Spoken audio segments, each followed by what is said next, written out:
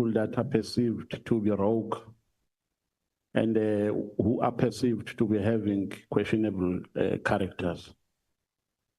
I think in that context, I must commend you that to say you have not been evasive.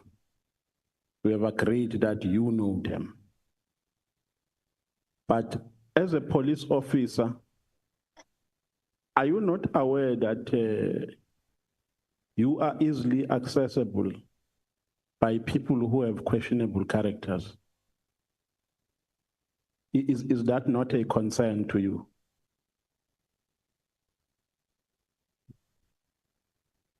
Chair, I think if you meet a person or you come across a person who at this point in time, you don't know that this person has got questionable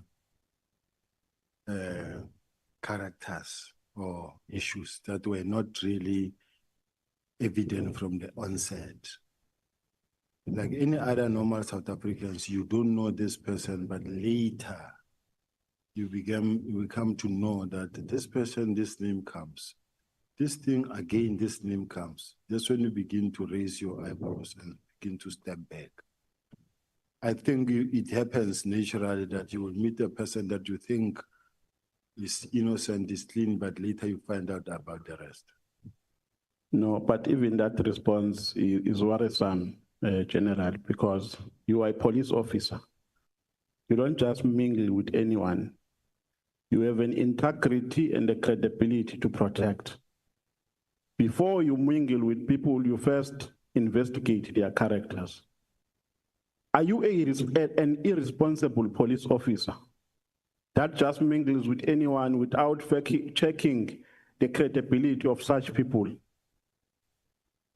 I don't think it's fair, General Chair, that every person that I meet, I must investigate.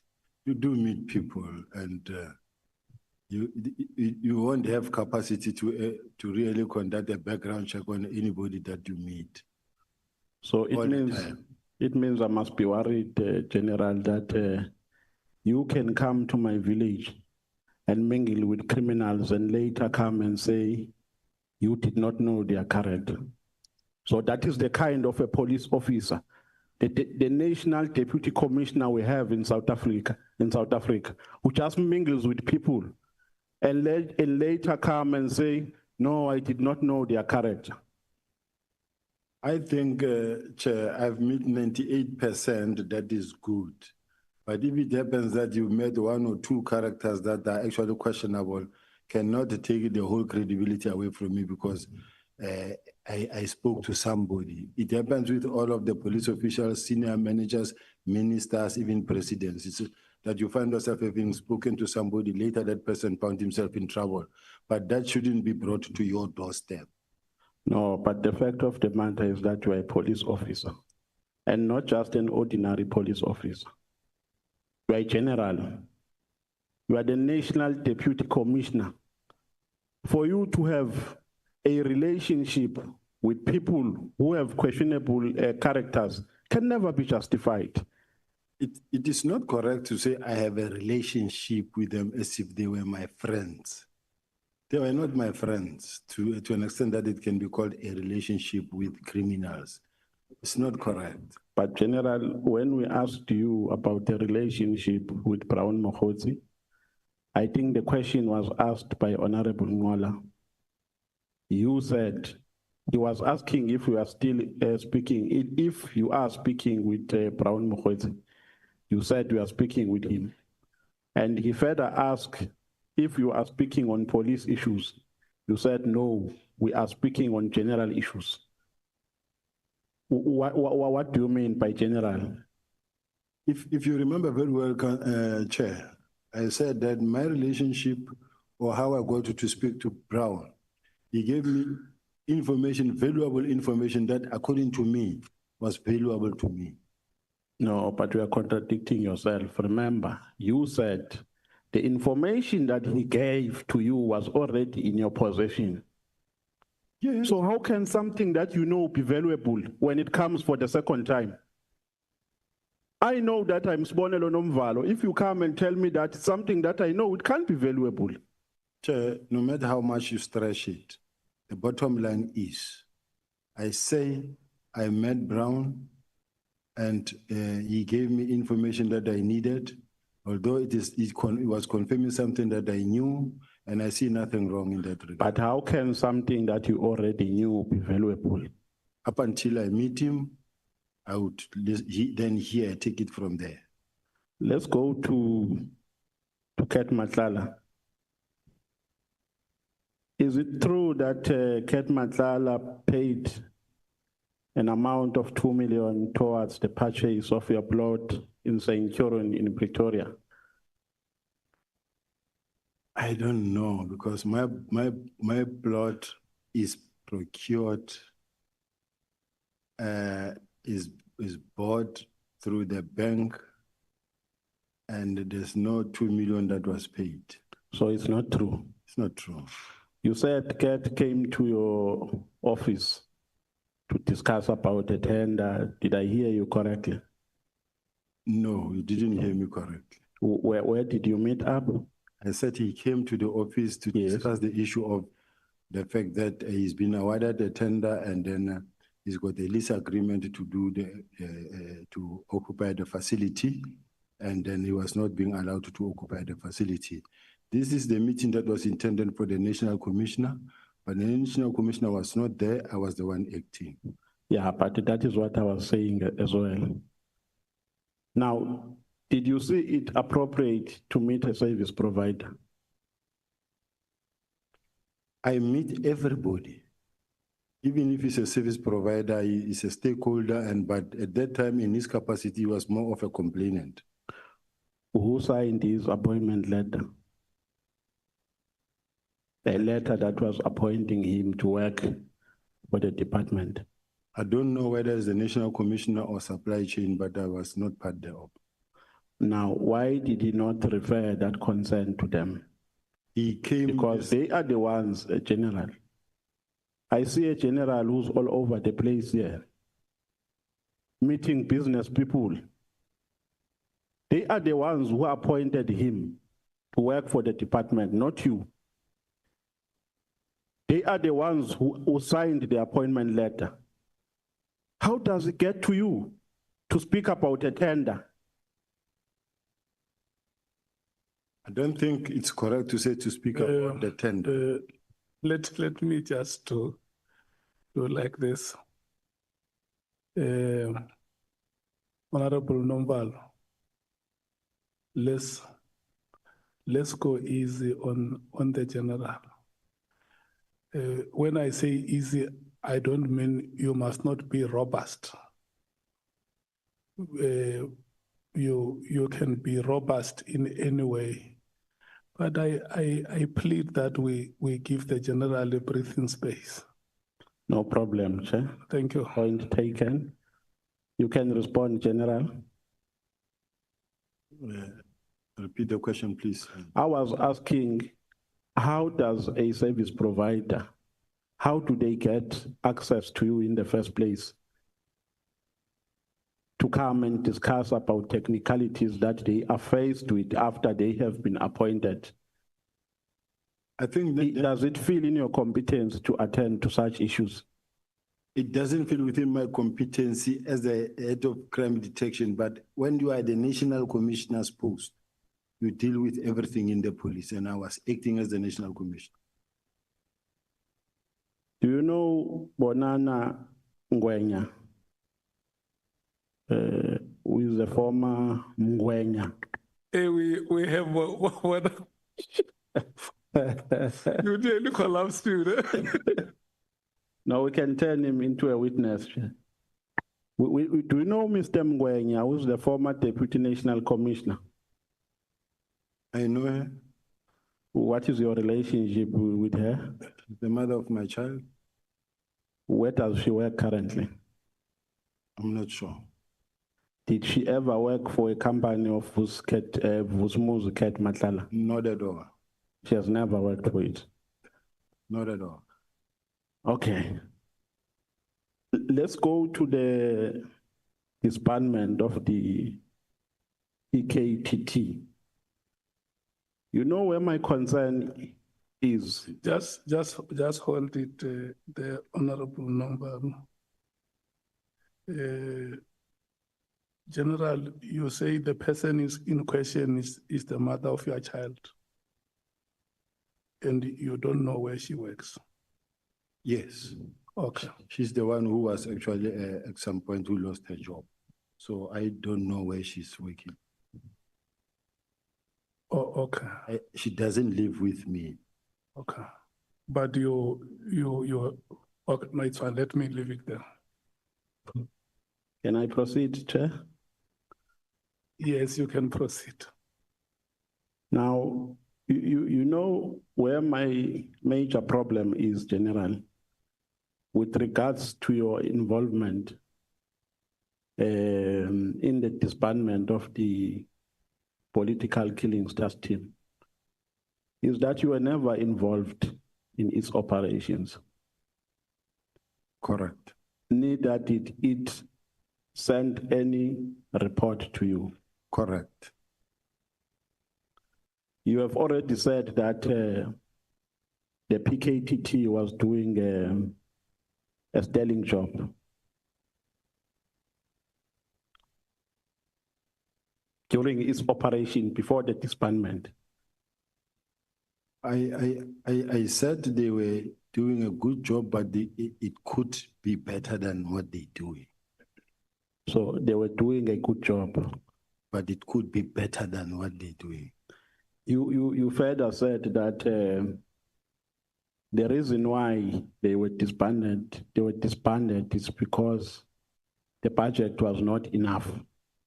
You even cited remarks that were made by the treasurer, by the CFO, I mean, correct? No, I don't remember saying they were disbanded because the budget was not. No, I'm saying part of the reasons why they were disbanded. Yes. It's because there was no money that could sustain them. Yes. But that is not in accordance with the letter of the minister. Well, I cannot question that part. That is not what the minister said. I didn't dictate nor contribute to what the minister wrote. No, but General Sibiya, the minister wrote a letter disbanding the task team. You came before this committee and justified his actions. You even quoted what was said by the CFO.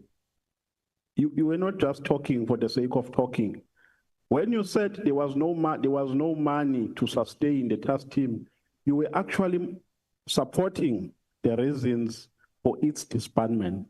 Even now, I'm still supporting that, Chair. Yes, but I'm saying that is not in accordance with what the minister said. The minister never said there was no money in his letter. I understand that. The minister, the only reason the minister why he disbanded the team on Annexure CB2, paragraph 53, the minister says, open quote, my observation in this regard, as indicated above, is that further existence of this team is no longer required, nor is it adding any value to policing in South Africa. Yes. Now, should we agree that your perspective is not similar to that of the minister?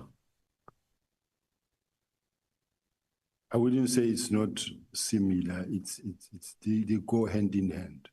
No, remember, General Sibiya, I asked you if the task team was doing a sterling job. You said yes. The view of the minister, when something is of no value, it means that thing is useless. The view of the minister at this stage is that the task team is useless. You further said, no, I'll give you a chance to respond. You further said the CFO indicated financial concerns. So there was no money to sustain the team. So your reasons are not the same. Remember, I have given more reasons. The minister may not have written all all the reasons or may actually summarize all the reasons in one sentence. But in my case, let me read you this letter from the National Commissioner statement.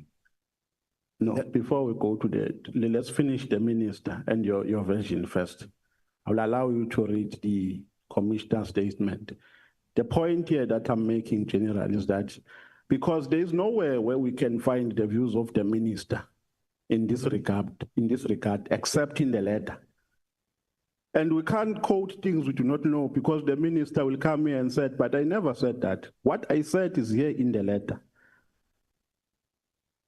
Your reasons are not similar to that of the minister. Why is it so difficult to accept that? Remember, we don't have different reasons to disband. The minister gave a directive which has been complied upon by all. What I motivated myself comes from me, not from exactly my point. Yes, and yes. The two are not in competition. No, they are not, absolutely. Yes. But they are not different. Your motivation and his reason. Yes. Exactly.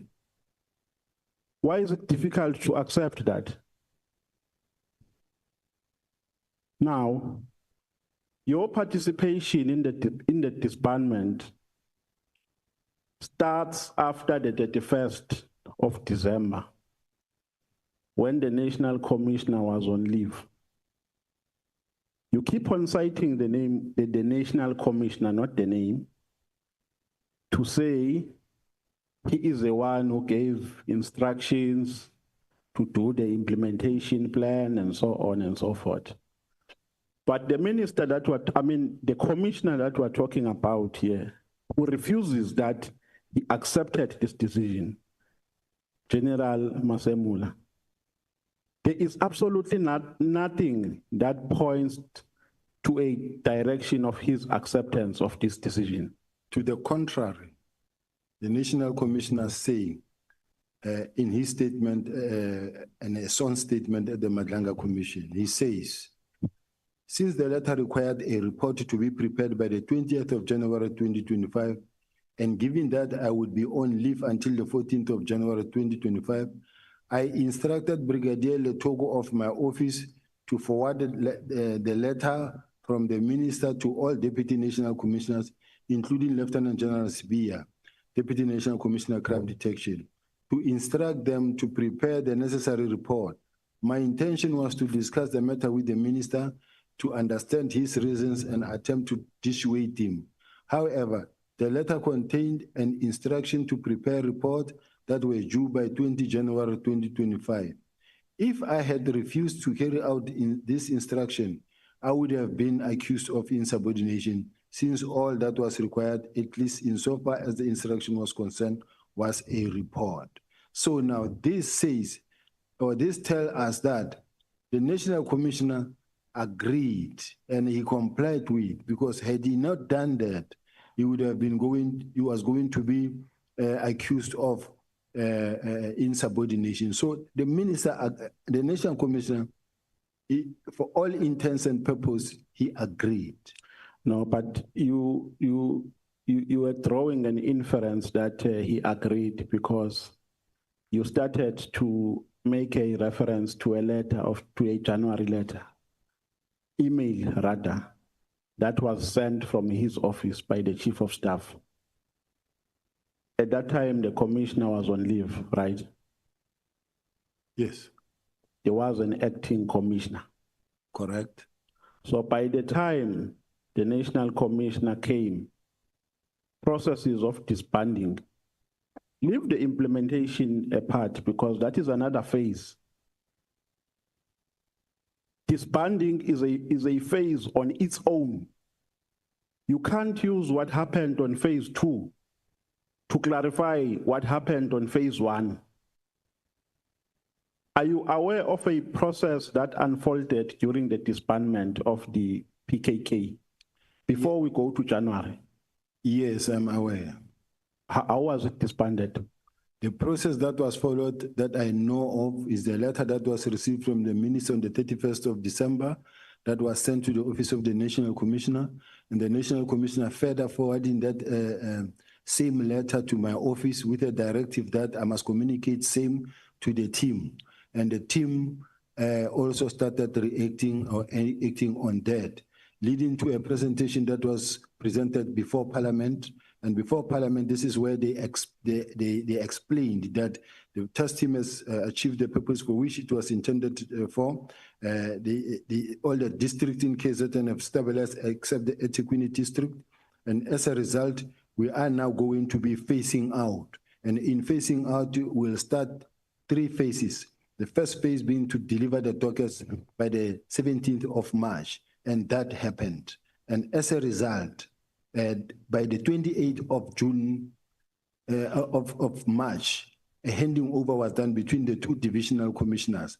General Khumalo is the one who went and fetched the docket, handed them over to General Sintumule, as per the arrangement. And then from there, from General Sintumule handed them to General Motsepe. They conducted an inspection, and General Motsepe, they attempted to return the cases to General, the Provincial Commissioner, General Mkhwanazi, who rejected the docket. The docket found themselves back at head office. But that's the process of disbandment. Chair, I don't want to be accused of not allowing the witness to respond, but the witness has not done justice to my question, and I hope you were paying attention. The question that I asked from the witness is, what is a process that was followed before the letter was issued on the 31st of December? Now it tells me about what happened after the 31st of December. I'm talking about processes that unfolded before the minister took a decision to disband the team. Yeah, I give you free airtime for General Sibiya to respond to the question. The process before that, there was a letter that was received from the members of the community who complained to Professor Mary Dihas of the University of KZN. Professor Mary Dihas forwarded the complaints of members of the public to Parliament and to the minister. And the minister also discussed the process in a management meeting where they consulted with the management in general. It is in this meeting where General Masemola actually intimated that the task team, this was just a task team, it was not meant to be a permanent unit, to an extent that it was meant to evolve into a unit. As a result, it is not in the structure of the police, and yes, it can be done. So the National Commissioner was consulted, and all other senior managers, and he never actually showed he never showed to be against the disbandment. And as a result, the process started. Okay, so General, we are saying here on record under oath that before the decision was taken, because the National Commissioner said the decision was taken while he was on leave in December, and he came back in January. So you are saying here under oath, the National Commissioner was consulted prior to the disbandment of the team. Is that what you are saying? I'm saying that, Chair, is what I'm repeating here on record under oath, that there was a meeting that was held on the 27th of November, where consultations were made with all stakeholders or all relevant in the presence of the National Commissioner, and the National Commissioner did say that this is just a task team, it was not a permanent structure, and it was meant to evolve into a unit, and it can be done. And starting from then, that's how everything unfolded. Was Khumalo, who was a project manager? Before you go there, honorable member, because the general mentions the name of Ms. Dihas as part of the response. What do you say about Ms. Dihas? Professor Mary Dihas wrote a letter to Parliament. I want to get to the correspondence, Chair. And it's very much important that we don't leave it out because it is what happened.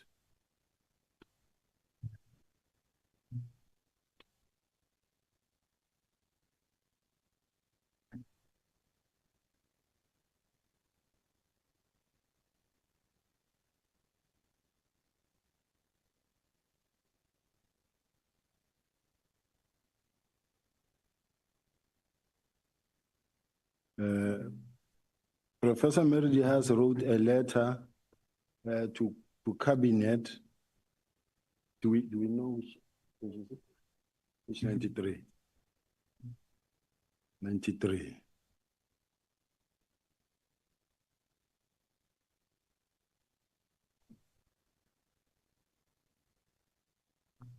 Now, Chair, I've got a trailing email between the offices of Ms. Mtembu of SAPS, sent to Major General Sebola, and then leading to, now when you go to page 96 of the bundle. Chair, will you allow me to read the statement from the members of the complaints that were sent to Professor Meridi has, and then Professor Meridi has document. Can I come in as a person who asked the question? Yeah. I'm really not interested in the substance. I just wanted to know if the complaint is there. Okay. I'm satisfied if the complaint is there. I can move on. Thank you. You can then go to the question on General Kumar. Now, the question is, do you see it appropriate to disband a structure without asking for a report from the project manager?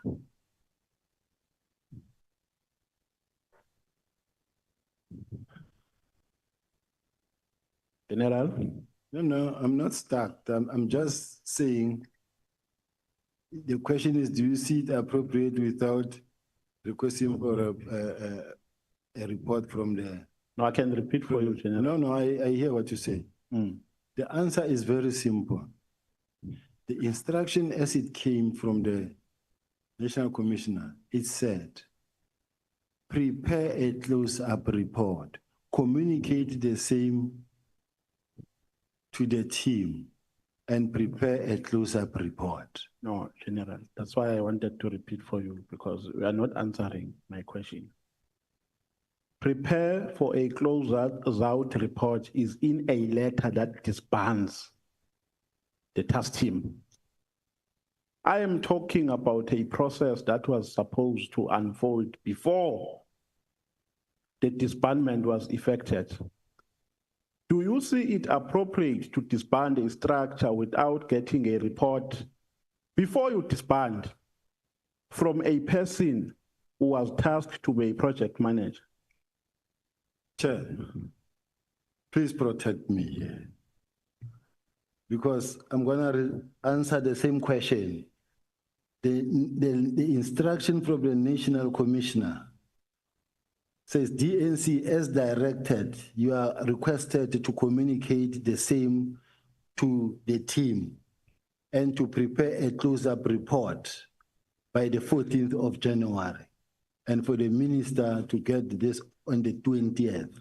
Now, the close-up report is exactly what the honorable member is talking about, because the close-up report, the only people who can prepare a close-up report is General Khumalo. Even when you go to the meeting on the 6th of March, where General Khumalo presented before the minister, and when you look at the very last sentence, paragraph in the action plan that is actually produced by him, it says prepare the close-up report by the 31st of March. General Kumar, who is the project manager? Chair? Yeah. Can I clarify my question? Maybe you will assist me with interpreting it. You don't have to clarify, General Sibiya. Yes. If a member asks you one question 3 or 4 times, you have the same answer. You just give the same answer. Yeah. Okay. No, Chair, I think you are making a mistake now because you are prescribing how he should answer. No, And I am the one. I'm responding to the point that you are saying he needs protection. I am the one who needs protection here, Chair, because my question has not been responded to. That is why I'm saying, Chair, it means we are not following my questioning. The question before the general is, was the project manager consulted before the decision was taken to disband the structure? Now he says in a letter, and the letter that he talks about is a letter that disbands the structure. He says in that letter, and I agree, I've read the letter, and what he's talking about is the last paragraph of that letter after the decision to disband has been communicated on the above paragraph. Now he says in that letter, the minister says, prepare a closeout report. The questioning I'm asking, Chair, is a question that relates to a consultative process prior to making a decision, prior to arriving to a conclusion that indeed there is a need to disband the structure. I agree with you. After you asked him a question, he appealed to me to protect him. But I also appeal to you to protect me, Chair. Okay, let me protect both of you. Both of you are protected. I'm leveling the playing fields. Can you please restate the question and we hear what his response is? Should I rephrase? Restate it. Okay. My question generally is, before the decision was taken on the 31st of December, in a letter that was signed by the minister. In that letter, the minister disbands. In the same letter, he says, prepare a closeout report. So that is after the disbandment. Prepare a closeout report after the disbandment. Now the question is, prior to the disbandment, was a project manager consulted in order for the minister to arrive to a determination that there was a need to disband the task team? That is a response that can be provided by the minister and the national commissioner. At least that response is better than the first one, Chair. Was General Nhlanhla Mkhwanazi informed? I don't know. The provincial commissioner? I don't know. Should we not be worried here, General, that you become so active in executing a wrong decision? Because you came after the decision was taken, and the manner in which the decision was taken was wrong because due processes were not followed. Should we not be worried? I don't think so. The same way the National Commissioner mentioned in his statement here that had he not carried out the instruction, was going to be disciplined for insubordination. Now, in this case, if it is the office of the National Commissioner that invites me into the process, there's no way I could not participate after being ordered by the office of the National Commissioner to participate. I didn't jump in on my own. I was invited in and directed by the office of the National Commissioner. May you please be specific that at that time when that instruction was given, the National Commissioner was on leave. So in office, there was an acting National Commissioner. Chair, I don't know if I'm allowed to respond like this. That doesn't change anything. If the National Commissioner is on leave, as the National Commissioner of the South African Police Service, he remains responsible and accountable. And if there's an acting National Commissioner, has got the powers to carry out the mandate of the National Commissioner. But the bottom line is, there's a letter that comes from or out of the office of the National Commissioner directing the Deputy National Commissioner to act. Now, that on its own, it's a complete instruction. So according to your logic, General, it's permissible for a person to give instructions while he's on leave, while there's someone acting It in happens. their office. It happens. Then why people are acting if a person can do the work while they're at home? It happens. If you are the national commissioner and you think of something that you want happened, you will give an instruction and it will be complied with. Nobody will say no, but you are on leave. You can't tell us anything.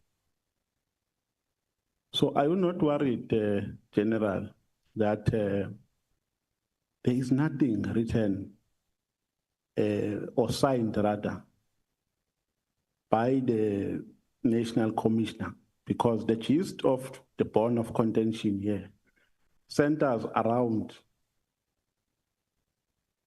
a question of acceptance and a question of whether the minister consulted before he took the decision. And the position of the National Commissioner is that he did not accept the decision. That is why I'm saying, when you say the National Commissioner, be specific that at that time the National Commissioner was not in office. So if you received a letter, you did not receive it from Masemula, the current National Commissioner. You received it from a person who was acting at that time. Now, are you not worried that even after the minister came back to work, you gave him a plan and he did not sign it? Can I return back to the page that I just read, Chair, where the National Commissioner says, I instructed Brigadier Letoko of my office to forward the letter from the minister to all deputy national commissioners. This comes now from the National Commissioner. So the fact that he's on leave forced away. Which letter is that? May you please refer me to a letter? Which annex? Now it's Madlanga Commission statement on Masemola, page 34. I don't have a Madlanga document. Maybe the evidence leader can assist. But the National Commissioner does accede. He says, I instructed Brigadier Letoko of my office to forward the letters from the minister to all deputy national commissioners, including Lieutenant General Sibiya Crime Detection, to instruct them to prepare the necessary reports. My intention was to discuss the matter with the minister to understand his reasons and attempt to dissuade him. However, the letter contained an instruction to prepare a report that were due by 20th January.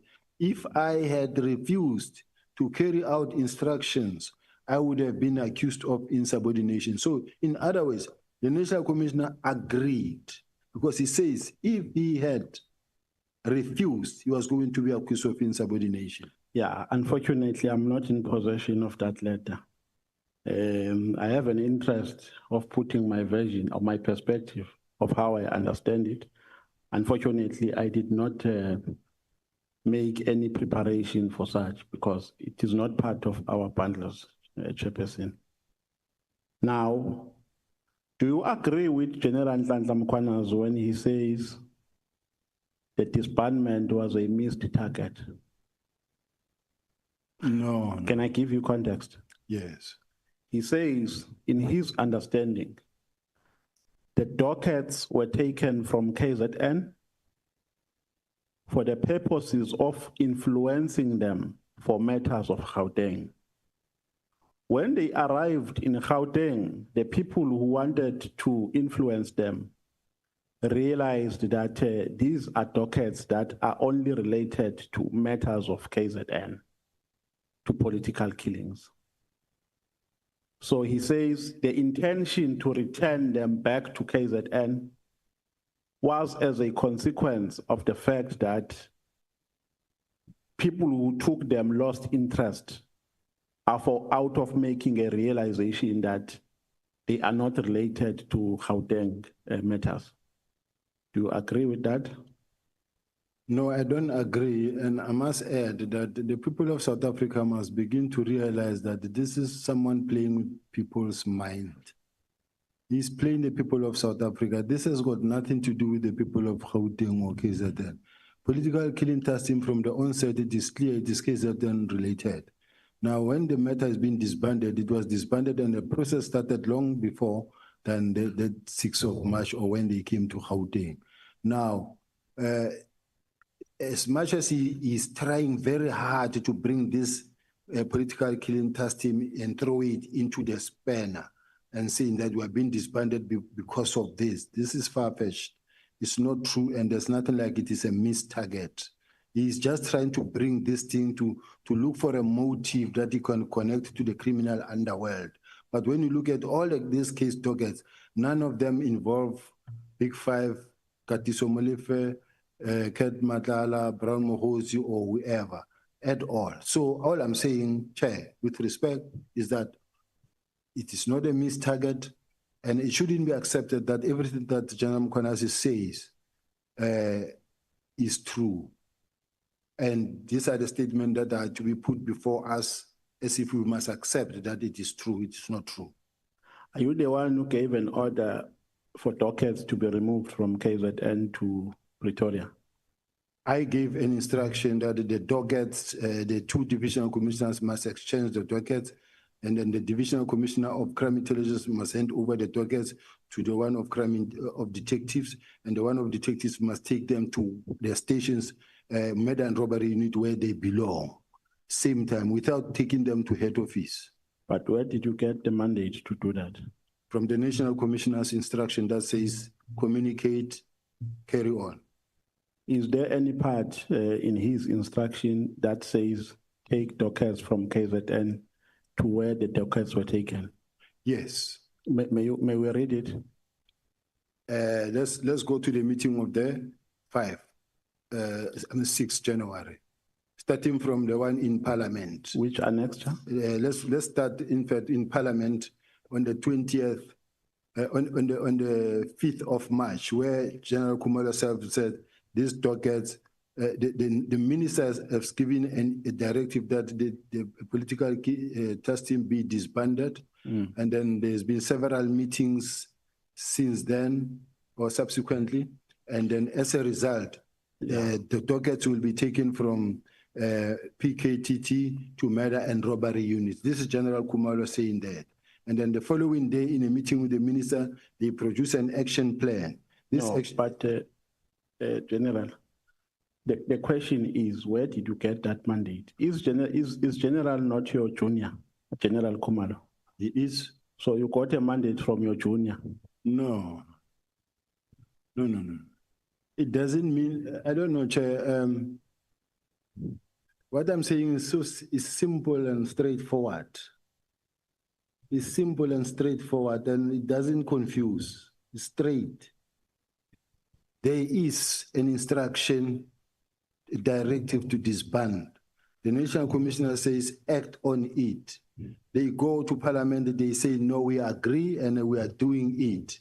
And the next thing, they come up with an action plan themselves that disband, and they disband. They say, we will bring the docket on the 17th of March, even though they are handing over on the 28th of March, which happened not under my directive, under the directive of the National Commissioner.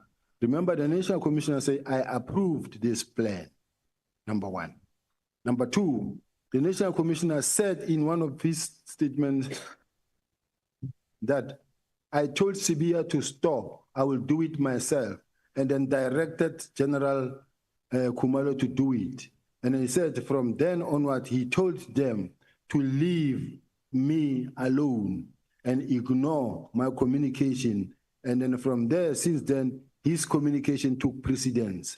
So henceforth, whatever that was happening is the precedence that come as a result of the National Commissioner's instruction. In other words, everything that was happening, flowing therefrom, it was the National Commissioner's instruction.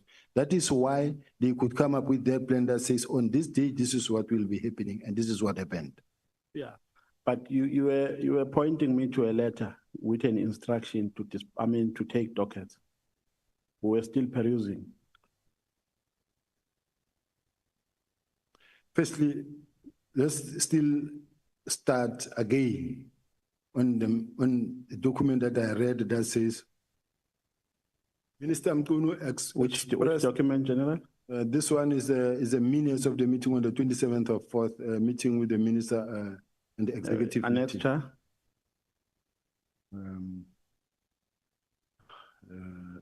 Evidence leader.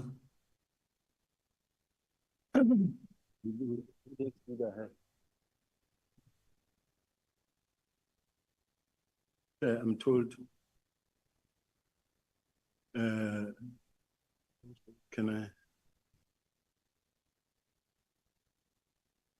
Can I give this man? Whilst he's coming, the minister expressed his concern regarding the political killing task team. He suggested that instead of establishing separate units to focus on different types of matters, the organization should consider establishing a single integrated unit under the umbrella of murder and robbery unit. This unit will operate nationally, ensuring a more streamlined and coordinated approach to address such crimes across the country.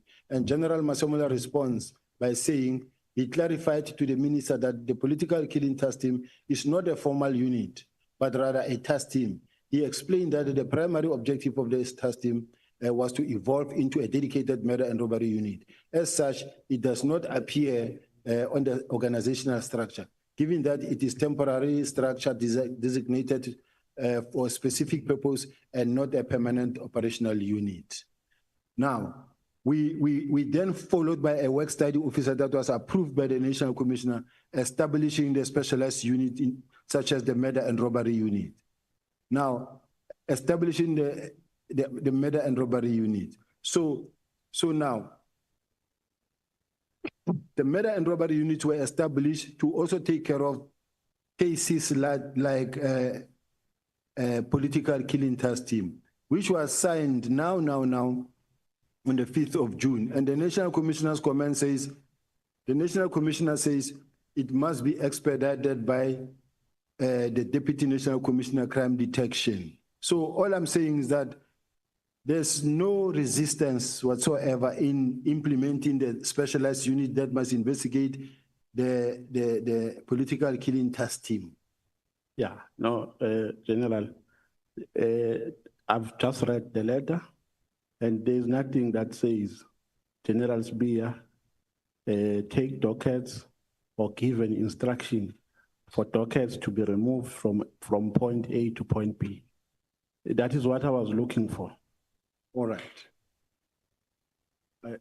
I want a document, the action plan of the meeting of the 6th of March with the minister, because it says themselves there that the dockets will be meeting between who and who? The minister, National Commissioner, General Musigidi, myself, and the Chief of Staff.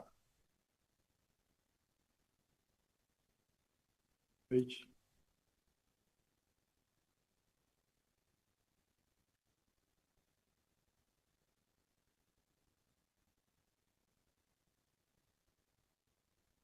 Now, when you go to page 72 to 79, 79.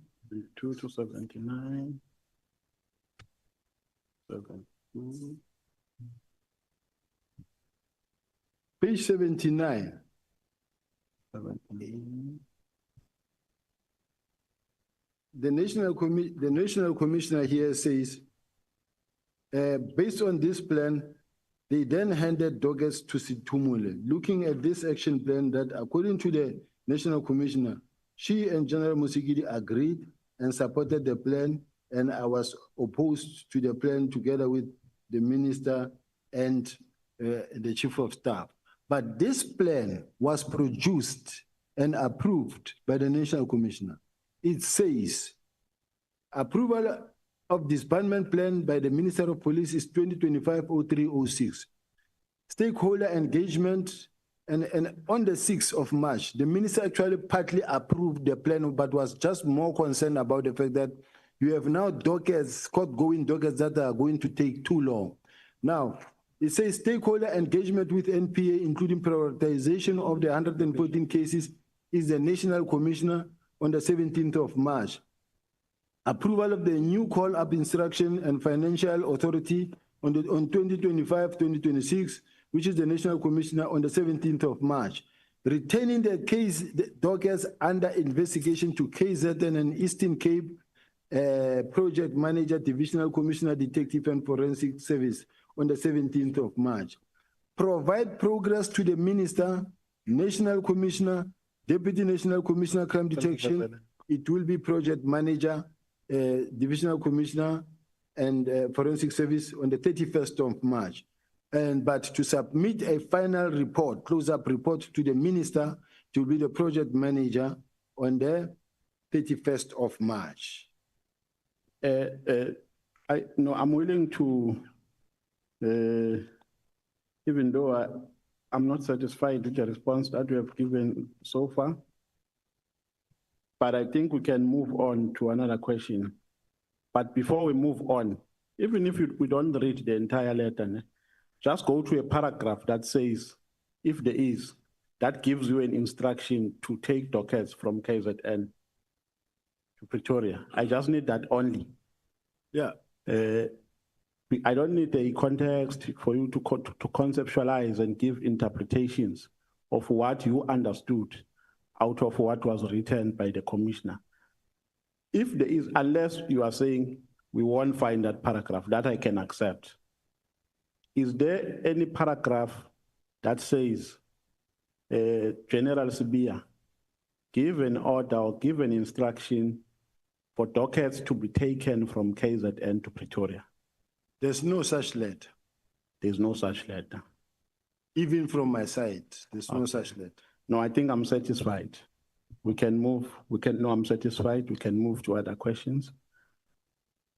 Now, the PKK, the PKTT chair, are you talking? Okay. Now, the PKTT in question, was this the only PKTT that we had across the country? Was there no any other PKTT that was in existence? Yes, it was the only PKTT. So, okay, or task team rather, let me not say, because K stands for killings, and a task team can have various responsibilities. Is that correct? Responsibilities, is that correct? There were many other task teams. There were many other task teams. And how many, during this period, how many were disbanded? There's a letter that we read, the one that disbanded all the task teams because we are reintroducing the specialized unit. And the document specifically talks about, and we read it yesterday, that says, let's go to page 11 of 184. Page 11. Of your statement or of the bundles? Of the bundle. Of the attachments, right? Of the annexures. Page 11. Page 11.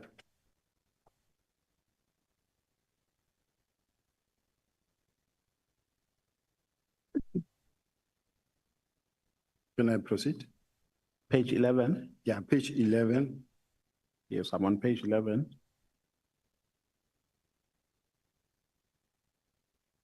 $177.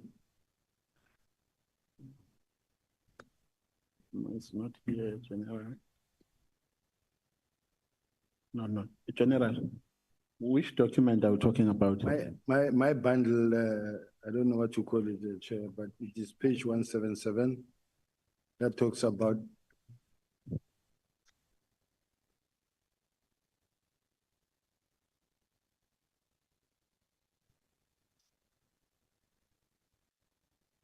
Okay.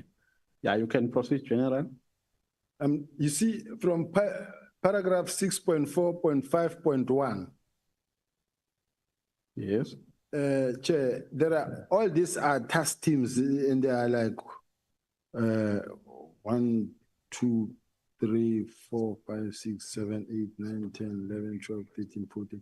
This is 14 so far that I see, but the sentence that I want to say, task teams that are not monitored ran rampant for years without determining or accounting for the gap left where the members were taken from, mostly station level. Task team found operating in provinces are as follows. Then you find your foreign vehicle task team, multiple tour task team. So now the important sentence is this. These task teams should be placed within the murder and robbery unit to capacitate direct focus on a permanent structure with the necessary command and control budget and capability instead of functioning in silos. And it mentions also including political matters team. Now, when you go to the end of this same document, it's a work study that was approved and approved by the National Commissioner. Now, go to page 202. When you go to page 202, the National Commissioner says, implementation of these units must be expedited by DNC crime detection, DIFCOM detectives, and provincial commissioners. Now, DIFCOM, DNC crime detection is me, says implement and expedite the units.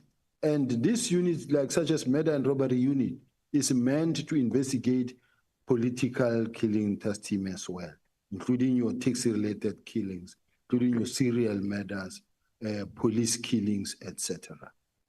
Okay. The question was, were there any task teams that were disbanded simultaneously with the KZN1? That was my question. Remember, the KZN1 was disbanded on the 31st by the minister, right? So were there any other task teams that were disbanded during that period of the KZN disbandment? It was an inspectorate, it was not the task team, but at the same time, in the same meeting, the minister disbanded the inspectorate and the PKTT. So there were other task teams that were not disbanded? Yes. Okay. Can I? No, you can respond if you want to say. Remember that we've got many task teams that are running depending where the fire is. If now there is, we have deployed in Emangozi. I'm sure it's for 3 years now, where people could not even sleep in their houses. Vehicles of South Africa being stolen into Mozambique all the time. Weapons coming into the country, people being terrorized. Emangozi today is very quiet. We deployed there, and then we keep on retaining the members. We've deployed in Richards Bay, and I think the task team has been disbanded, I think. We've deployed in Eastern Cape. There's Operation Bamba and different other task teams that have been established but disbanded because it's only for a short little while to extinguish the fire and then move to another place where there is a crisis. Then we go in there, stabilize the place and move out. Now, General, the decision to disband was taken by the minister. There's no question about that. Agree? Do you agree with me? I do. And in the disbandment, the National Commissioner had no role in the disbandment. Remember, he came after the disbandment. No. I read this document that I just gave to yourself,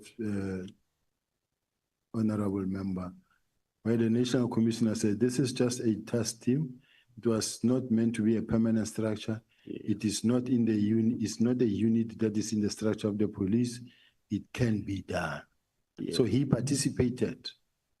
He participated after the letter was issued. Even after the letter was issued, he continued to participate. When you say even, you mean before he participated? Before and after. Before, what did he do before? Before he gave his opinion there. And then during when it was there, after receiving of the letter, he directed that it be actioned. And then even after that, he participated in all the meetings and he was positive. Okay, so this paper is part of which document?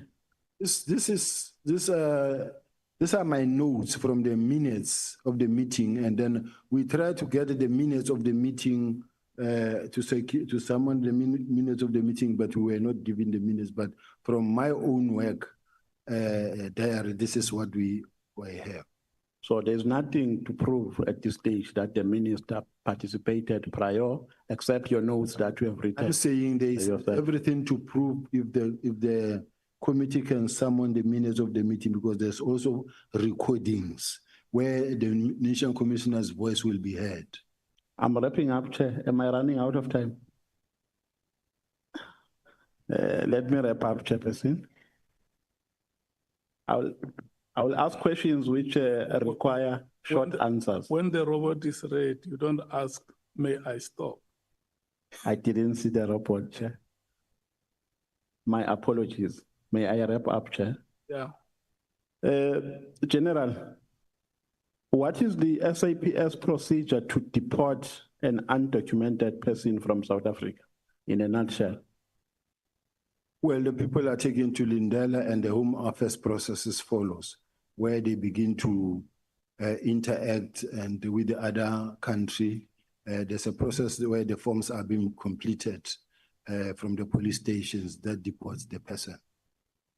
Were you the member of the DPCI members who were led by Lieutenant Colonel Maluleke, who were implicated in the rendition case? I was not a member of, I was the deputy provincial head. I was the head of the Hawks in Gauteng, and I was not part of that operation of head office.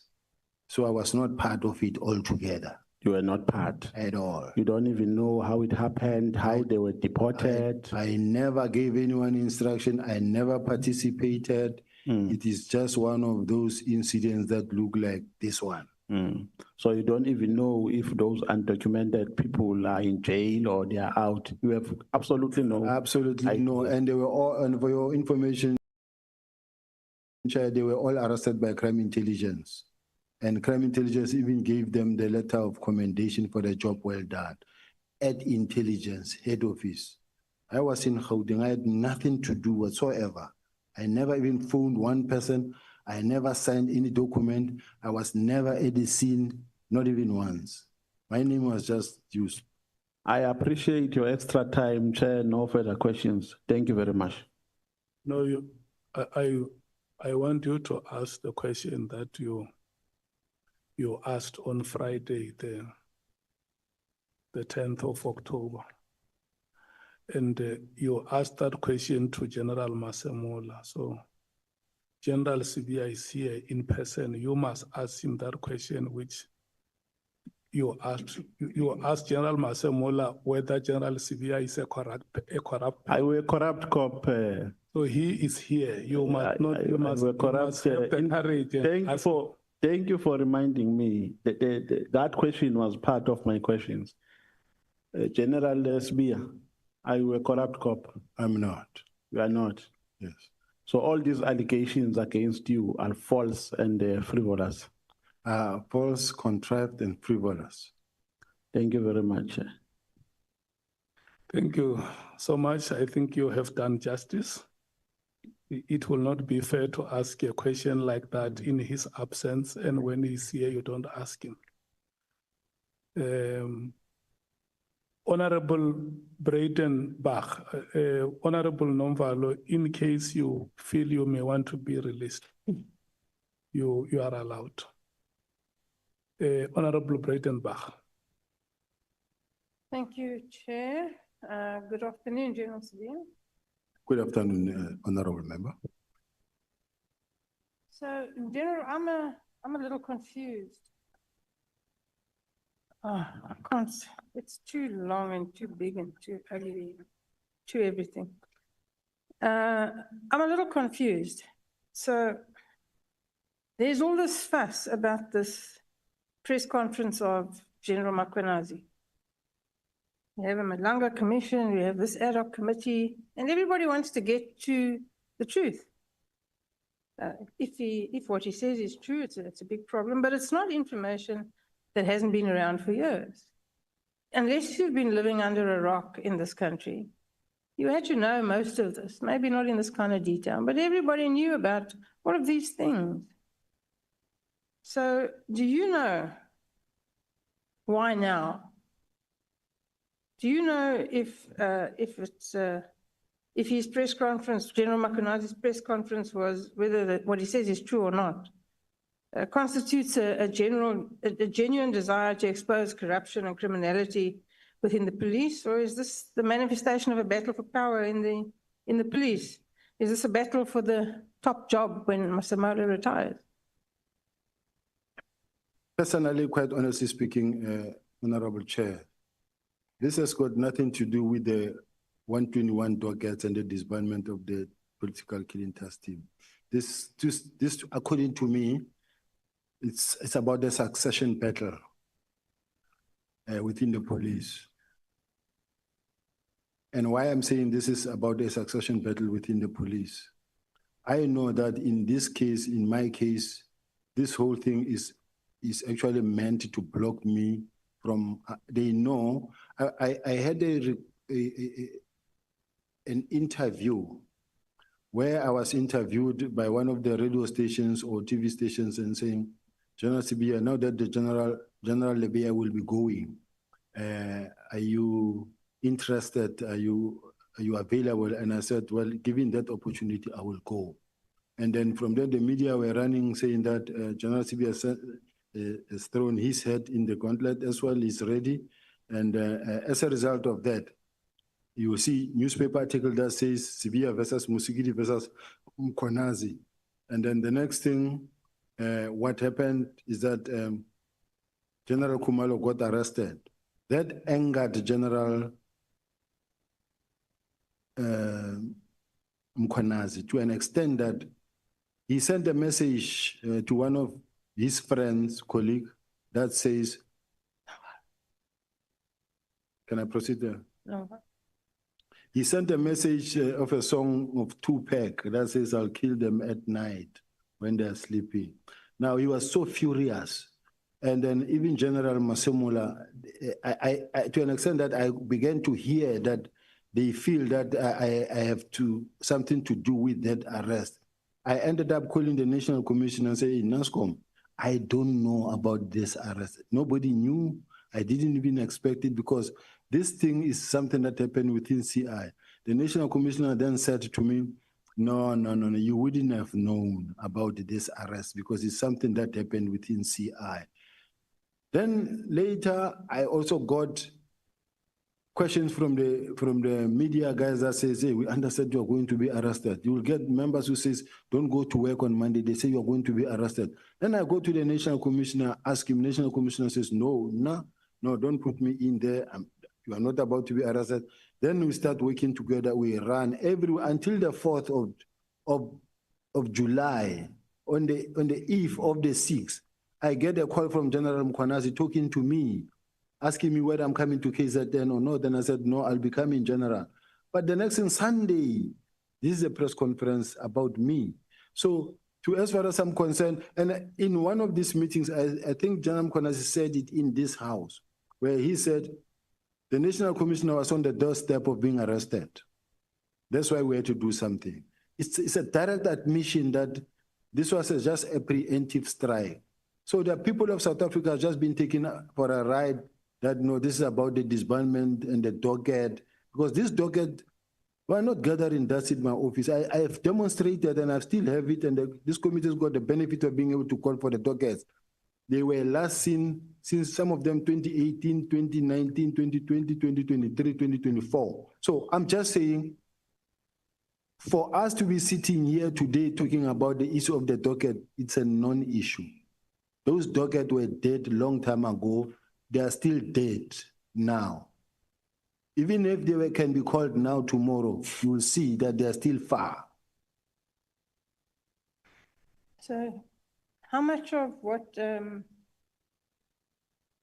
General Mkhwanazi told us in his press conference is fact, and how much of it is semi-fact, and how much of it is conjecture?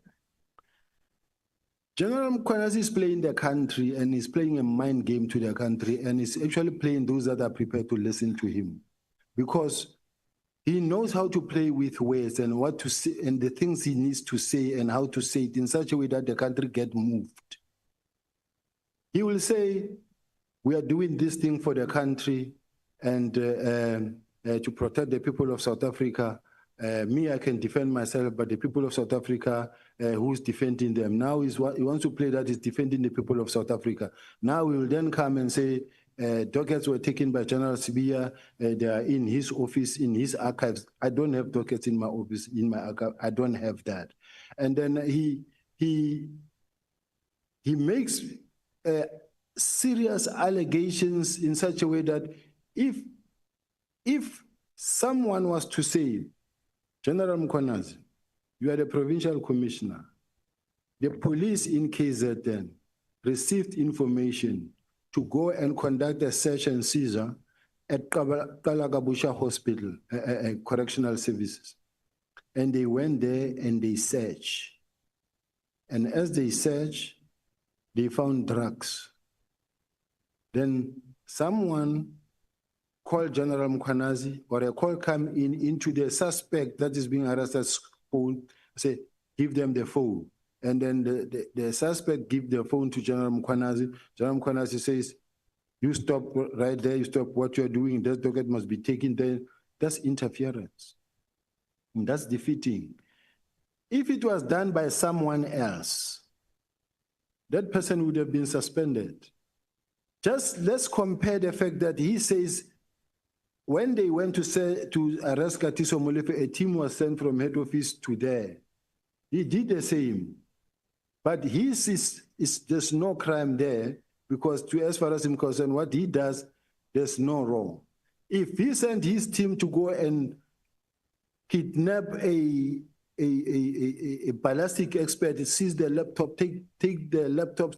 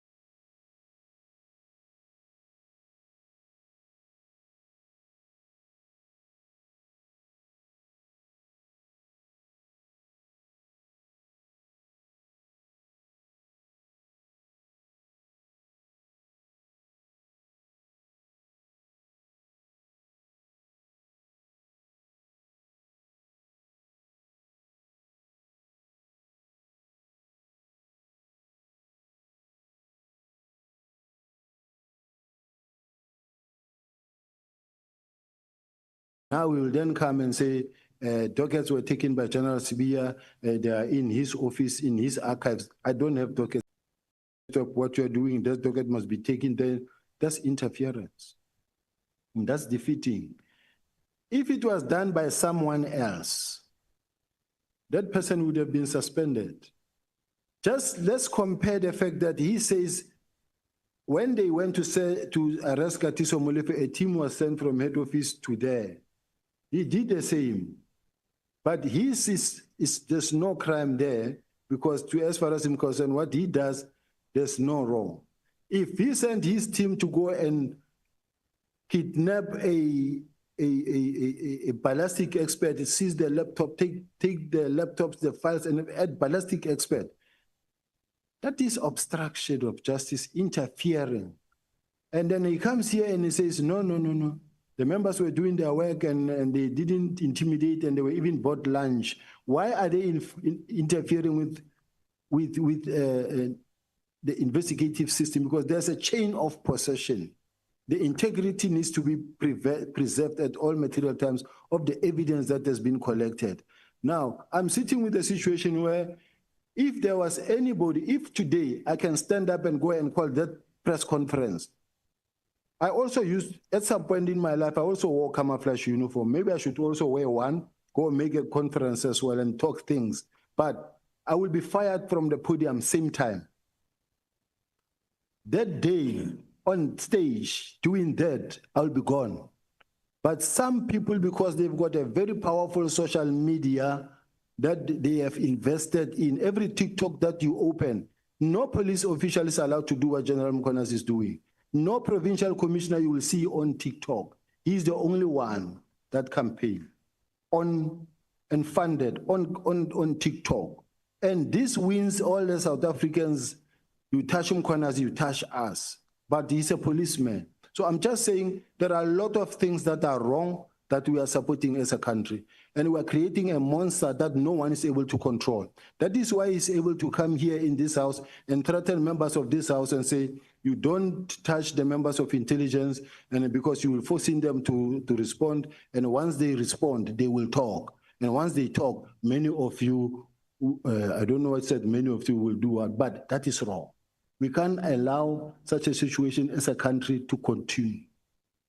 So all I'm saying is that if the purpose for which he wants crime intelligence to continue and the political testing to continue, and then the next thing, nobody can touch them because they use this political killing testing to conduct their investigations. They also controlling intelligence. They've got intelligence on everyone. Whoever wants to come closer to them, then that person gets threatened, say that we will talk. Can't be allowed. General, the political killings task team, by all accounts, was initially quite successful.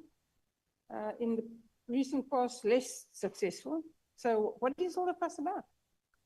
I really don't know, Honorable Member, because we are saying we're building a capable state. Building a capable state, we're saying let the whole country be equipped, be well-resourced with technology, in such a way that they are capable and able, to an extent that they are all able to carry their own respective environments. Now, we cannot really be fighting so hard to keep and maintain a very expensive political killing task team that is meant to actually take care of a very small number or pool of excellence within KZN only. The whole country is not really taken care of, and the whole country is suffering. Once you have one provincial commissioner fighting so hard for the political task team to continue for years, spending millions and millions and millions on a yearly basis, that shouldn't be allowed. Tell me, General, when you were reinstated into the South African police, did you know anything about Nhlanhla Mkhwanazi, these people? Not at all. I found them here, these people in the police, especially Nhlanhla. I found them working with the police very close to the generals and other police officials. I mean, it is unfortunate. He's a well-known person in my case, I didn't know him. I didn't know him only at the time when his name began to pop up. And by the time his name began to pop up, the moment you start to step back, you can see that already this man is known by all. But part of your portfolio was to also being in charge of crime intelligence, right? That's correct, Honorable Member. Surely they would have been able to fully inform you about these gentlemen. Did you not make inquiries? And if not, why not? This is one aspect that I think crime intelligence need to know. Their job is not only to gather, collect, collate, analyze, and support. They need to support the management, the leadership of the police. If, for an example, Chair, It so happens that you come across an individual who contacts you regularly, and this individual is on site. They know that they are monitoring this person. They must be able to go to the national commissioner or to the minister or to whoever and say, hey, chief, we can see that this person is contacting you or you are in constant communication with this person, but do know that this person we are looking at, we are working on him. Warn me so that I can run. Now, if I don't know and I keep on interacting with this person, not knowing what this person is doing when he gets home at night, then I won't know. And tomorrow you get associated with someone that you wouldn't have under normal circumstances. So are you saying, General, that nobody warned you and you didn't ask? Nobody warned me. Even the national commissioner and the subs, they did. I remember when we saw a letter that came from IDEC that says we want to know why and how was this man awarded the tender when he's under investigation by subs. But at the time the man was awarded a tender up to the highest level, everybody saw it. It never happened under the mattress. They saw it and it ran with everybody knowing. During the events at the college, he also had, among the many gazebos that were there, they also had their own gazebo there. And where they will do like their blood pressure, your sugar test and this and that. He was one of the service providers as normal as possible. Nobody knew about the rest. But that is a reasonable question to ask, General, why, if he was under investigation by the police, was he allowed to parade around like that? To do business with the police, to contract with the police? How does that happen? How does the left hand not know what the right hand is doing? And what does that say about the police? Maybe it is the vetting that is lacking or something that needs to really be corrected, or all such tenders needs to be vetted and checked properly to say who is this one and how did he get here. But at this present moment, that part of the tenders and the service providers is something that I'm far from. It's supply chain. It's another division completely. I don't even know the role players that side. So are you suggesting that that doesn't happen? That people are not properly vetted? That the police enter into tenders with millions of taxpayers' money and they don't vet, because that appears to be the position? Had it happened, I don't think anybody would have been in trouble by now. If it happened, because from the onset, it wouldn't have happened. So there are these persistent rumors, I'm sure you've heard them too, about the imminent arrest of General Masemola and General Khumalo by IDEC. Is this true? Do you know if this is true? I really don't know if it is true, Chair. I don't have that information. But they don't go away?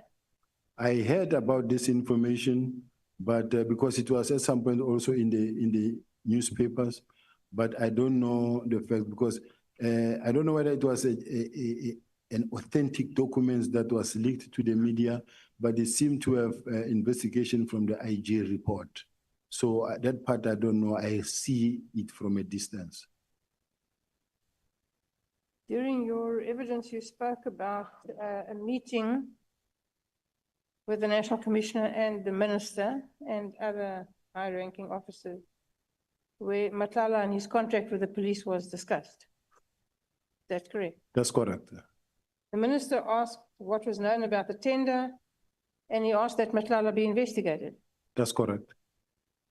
I'm puzzled as to why it was dependent upon the Minister, a newcomer to this space, to ask for him to be investigated. Why didn't somebody in the police, you all have years of experience, why didn't somebody in the police actually think of that themselves and do it?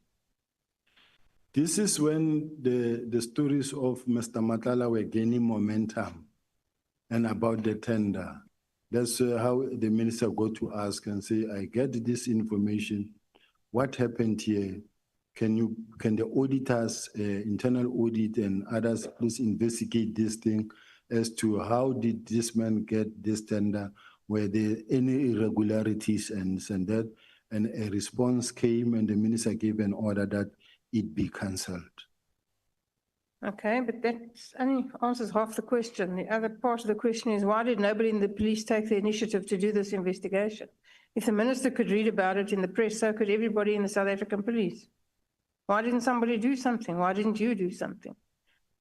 I could only do something about it if I knew about it.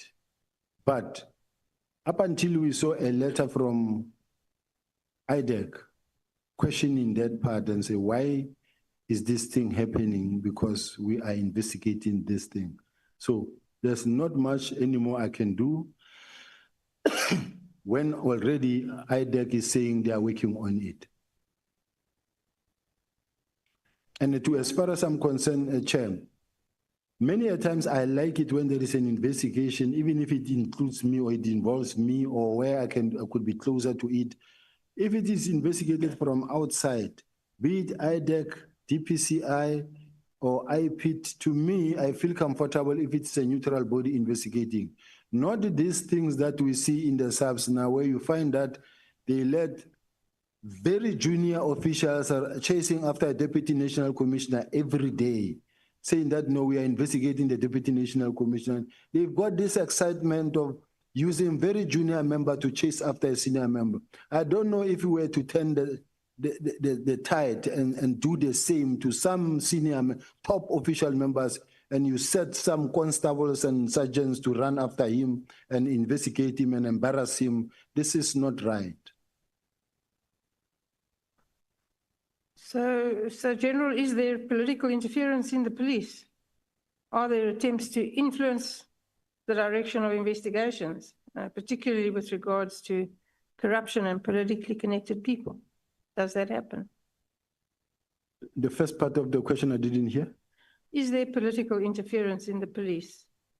Are there attempts to influence the direction of investigations, particularly with regard to corruption and politically connected individuals? So far, I've never been interfered with from any minister or deputy minister. I don't know of any political interference. And in relation to this disbandment of the task team, I received a directive from the National Commissioner.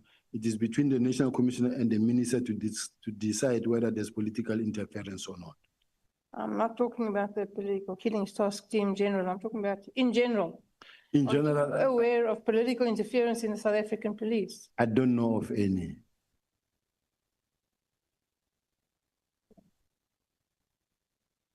So you've never been asked to investigate or not investigate anybody? I've never been tasked to investigate anybody, any official from the side of the minister. In your view, is the top management of the South African police capable of running the police in the best interests of South Africans? Yes, they are capable. When I look at the statistics and in the meetings that I've said, where we said as a team, when we're really working and we're working hard, there's a difference, there's hard work that has been done. It is unfortunate that you do have this other people who come in and cause division within the police. Who comes in and causes division in the police? There are people who go and whisper to the minister. Chair, what I want to say is that just after I came back, someone intelligence, they went to Minister Kele. They said, Minister, do you know that you agreed that General Sibiya must come back? And you just promoted him, but you know that he's investigating you. And the minister was very angry and said, but why is Sibiya doing this? Because, I mean, I didn't even object that he must come back, but I hear that he's investigating me. At that time, I don't even have a team. I know nothing. And the minister he was not angry, but when I saw the minister, I could see that he's looking at me in a dim view. Then I went to the National Commission and said, hey, NASCOM, what is going on? I hear 1, 2, 3, 4. He said, yeah, it did happen, but I told him that, no, it's not true. I told the minister, no, it can't be true. Then they go to the National Commissioner, they say to the National Commissioner, are you aware that Sibiya wants your job, is mobilizing for your job? Then the National Commissioner woke up at night and he went to see the mother of my child, who's my colleague then, went to visit her and say, hey, do you know that Sibiya wants my job? And then I had to write a long message to the National Commissioner to assure him that, National Commissioner, I've never been in uniform all my life. I've never been a station commander, a cluster commander or a provincial commissioner. I'm not interested to become a national commissioner. Please, I'm interested in the DPCI, but not here. And then he said, no, thank you very much. Please keep it the way you are. And the next thing, it never stopped. It went on and on and on and on, with the national commissioner thinking that I want him out. So don't you want to be the national commissioner? I don't think that is where I want to be, but if I'm approached, I would go for the opportunity. My role is that they've worked hard to try and speak to, when you look at artificial intelligence and all the negative stories are said about me, whether it's Senzo Meyiwa, what they do is they just throw my name and then it will replicate into 1,000 that talks about negative things about you. Everything that you say, it just turned into artificial intelligence. Just to speak bad about my name in such a way that even tomorrow when I have to occupy a position, a consideration is to be made. They will say, this one is too controversial, or this one has a lot of issues. This is the intention. General, I understand that, this process is painful and it's not the first time you're going through it. But this isn't only about you. You understand that? This is about South Africa. And my question to you was, do you think the top management of the South African police are capable of running the police service in a fashion that is in the best interests of South African citizens? And you said yes, but just the state of the country, the level of crime, South African police service is not managing to do a good job.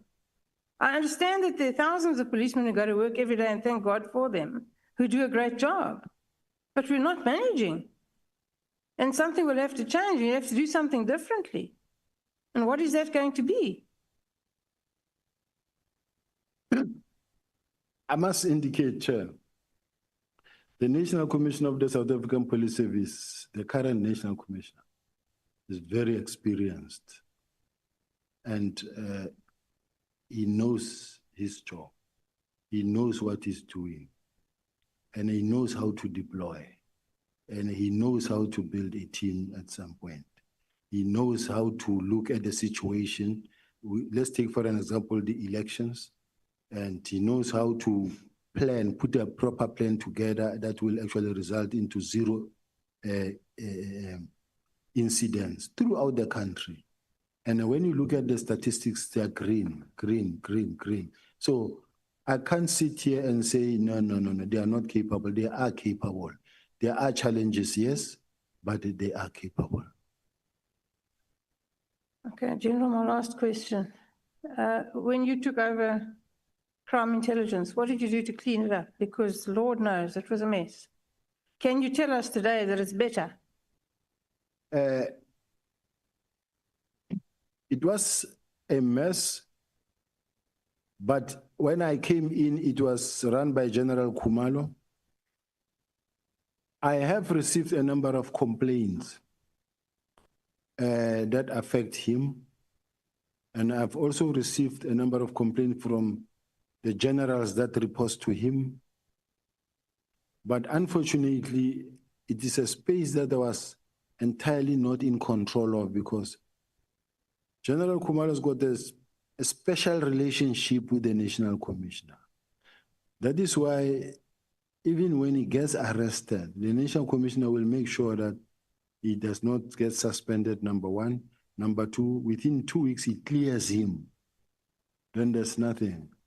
It doesn't happen just you find that there is crime committed, a person has been charged, investigated by IDEC, charged, and then still running the case. But within 2 weeks, 3 weeks, you have cleared the person. You even submit an affidavit that this person be allowed to go back to work. As an accounting officer, you don't do those things. So I'm just saying, crime intelligence, it has got challenges.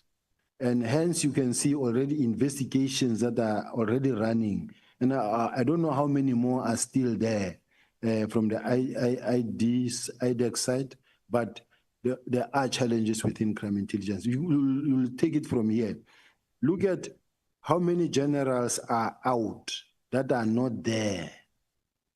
And all of them are in courts against the head. All of them are in court against the head.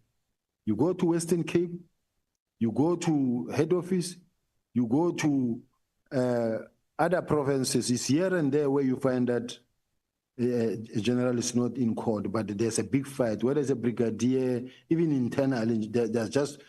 I heard the National Commission saying, I'm fighting with everybody. No, it's not the case. I am a Deputy National Commissioner of Crime Intelligence. When I get undermined by someone who is not in this space, it's my job to stand up and say, but no, you can't do this. It's not really fighting with anybody. Thank you. Thank you, Chair. Thank you so much, Honorable Breitenbach. Honorable Klopper. Thank you, Chairperson, and good day, General Sibiya. Just wait a moment. Honorable Skosana wants to ask a question. No, thank you, Chair. It's not a question, it's just, I'll say, Parliament, in Parliament, we normally say we should not display anything. There's an outcry against one of our members, who happens to be my chairperson, that he's advertising on his, next to, I think, on his tie, on television. It's very clear. And that company in particular, they are bidding, within our space, of the SAPS. So I just want us to, please just ask our member to, hide that company's name. The chairperson is me here. No, of SAPS, I'm sorry. Honorable Cameron. Honorable Cameron. Yes. What is being advertised? No, they are complaining about what he's wearing. There's a name which shows on television. The lanyard. Okay. I won't mention the name, because if I mention the name, then the brand will. I'm not the lanyard that he's wearing, is it branded? Is that what you are saying? Yeah, this is the Glock one. Sometimes I wear a CZ one, other days Canik. I can do Taurus as well, Chair. There's a whole variety. I like shooting and spending time on a range with sport shooting especially. So if they've got a formal complaint, please do, because that means that some of the members I saw the other day was wearing Gucci or Prada shoes. They should also not mention or wear those, Chair. Chair, I'm sorry, that's ridiculous. This it breaks. I have been trying to avoid them, and I thought honorable members have listened when you remember when we spoke about the vehicle. I kept on using the word vehicle without trying to go to the details. And whatever brands that we may know, let us not use the platform of Parliament to advertise those brands, including Skosana, Honorable Skosana, including that one that is before you. Is it an empty can or an empty bottle?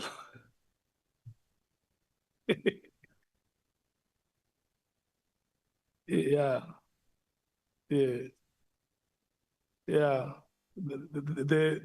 was let me tell you, and you see, let me tell you how I like it. When we break, Chief Whip, when we break, members of this committee are the ones who come to the chair and say, let us not do this and that, because the people that we lead do not have the luxury that we have. And I think we must just keep it like that. Yeah. So if it may appear like there is a brand which is being advertised, Honorable Cameron, I don't think that you consciously came here to advertise that brand. And you can still try your best not to be seen advertising it. Thank you so much. Honorable Klopper. Thank you, Chair, and we'll get back to the matters of national importance. Good day, General Sibiya.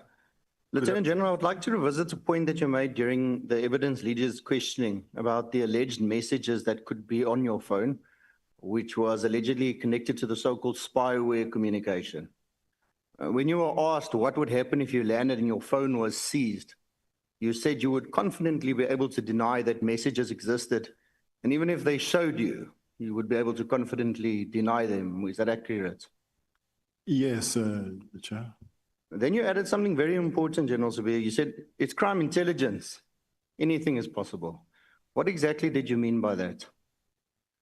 What I mean is that, Chair, having listened to the bail application in Mr. Nhlanhla's bail application, where a mention was made that the phone was seized, and the next thing there was some tampering and messages inserted or deleted. So I'm not sure of the situation, whether it's true or not.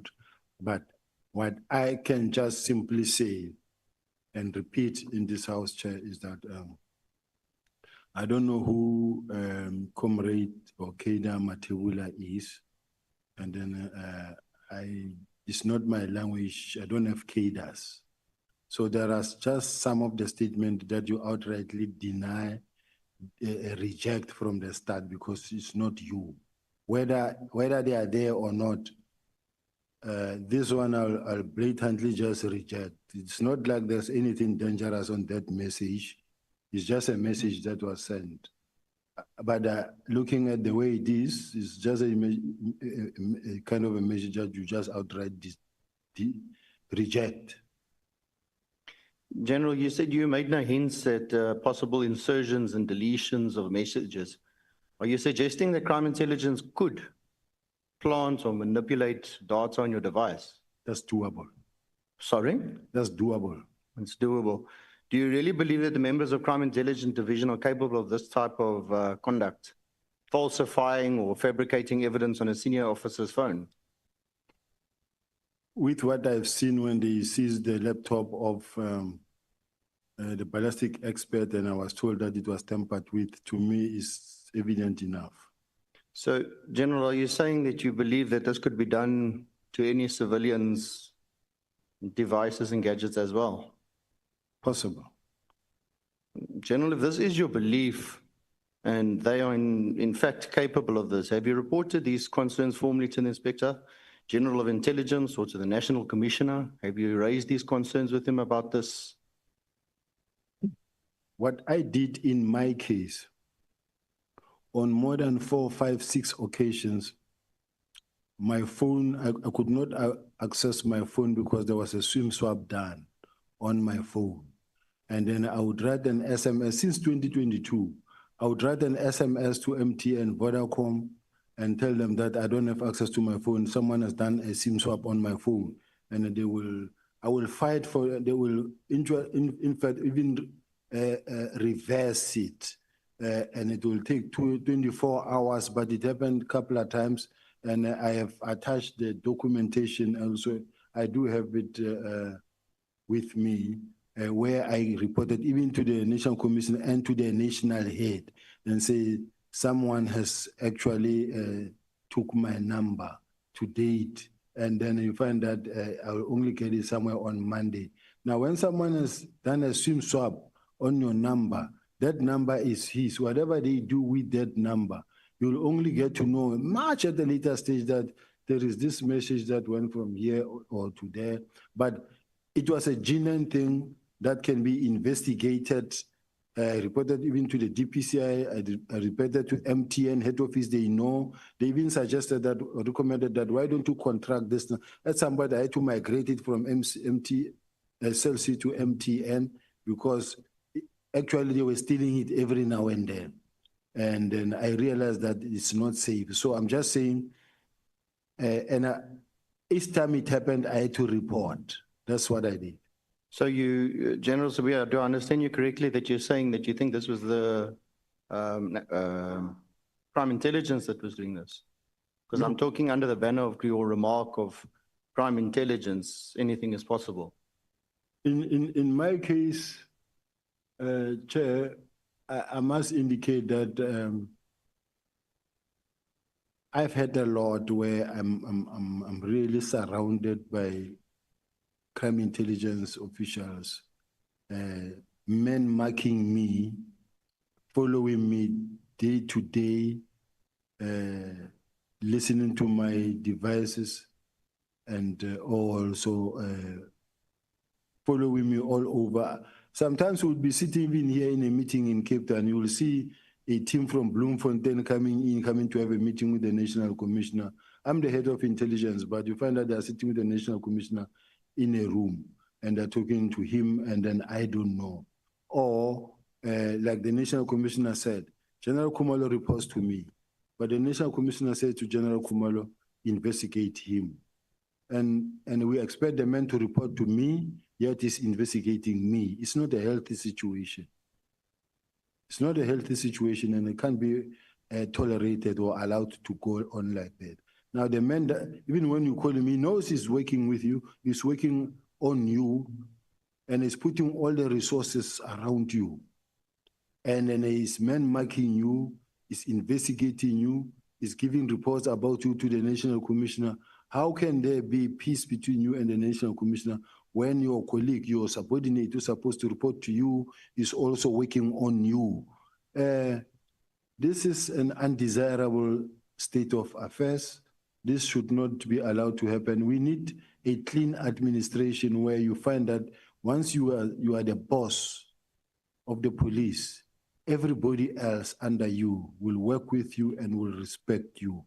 And in such a way that you don't have cliques or certain people that you have a good relationship with against those that you don't have a relationship with. Thank you, General. I just think it's very worrisome that such a allegation, it's a serious allegation that such criminal tampering can be taking place, even to yourself as a high-ranking official as you are. But I will just be moving on. Lieutenant General, you made an interesting point just about how appointments are handled at senior levels. You mentioned being promoted in 2023, and you made specific reference to the process, saying that you don't apply and you get identified. What I do want to understand a little bit is when you say you get identified, who exactly does the identifying? Is it the National Commission or the Minister, or both? Are they acting in consultation?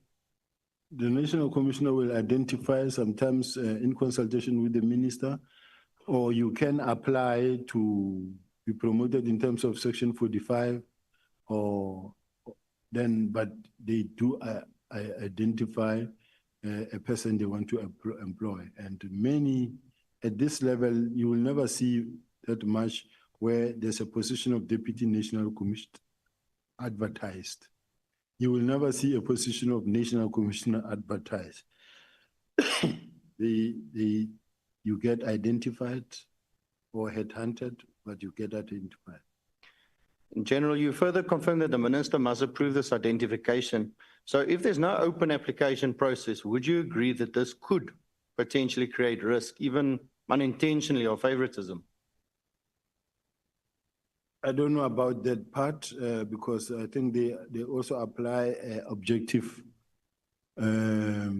approach in doing so. It's possible, but I don't think, remember, these are people who's got the best interest of the organization at heart because they want, if they don't apply their mind, it affects performance of the organization as well. So you will never appoint someone because you want to shoot yourself on the foot. You will employ someone because you want someone who will be able to assist you to fight crime. Lieutenant General, you yourself, nearing the end of yesterday's proceedings, criticized a system where people who can't even investigate and some who are just drivers are suddenly in top posts. Kind of contradicts your statement that you just made now. Doesn't that suggest that the same identification system that you benefited from might also be enabling appointments based on relationships rather than merit? And if so, does this not contribute to the rot we're seeing currently amongst your own ranks at the moment? I was talking about a lieutenant colonel, not a lieutenant general. A lieutenant colonel who is not an investigating officer. I'm told that this Lieutenant Colonel was a driver to General Mkhwanazi. So as a result, this Lieutenant Colonel, who was a driver, today is the one who's an investigating officer, and is the one who participated in going to seize the laptop of a ballistic expert. This is the same Lieutenant Colonel who was involved in the corruption that took place in Potter matter, where the accused number one gave money to this team.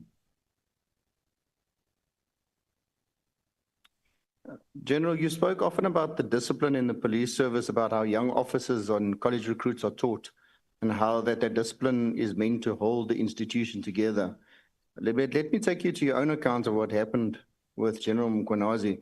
You said at the time you had a telephone conversation with the Deputy Provincial Commissioner in KwaZulu-Natal, Mr. General Mkhwanazi, who became very angry and that he was in some way or form very combative towards you, resulting in him banning you from operating in KZN. You also reminded him that you were the senior, and you alluded that he ended the call and sent you a very long text message. You seemingly seemed to accept the ban and left the matter there. You didn't elaborate on it. Did you, in your view, that exchange between you and General Mkhwanazi, did you view it as subordination?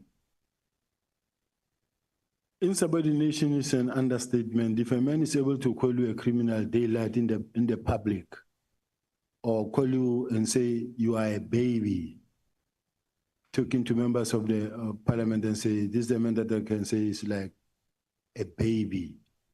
I joined the police in 1989, he joined in 1993. I became a general in 2010, he became a general in 2011.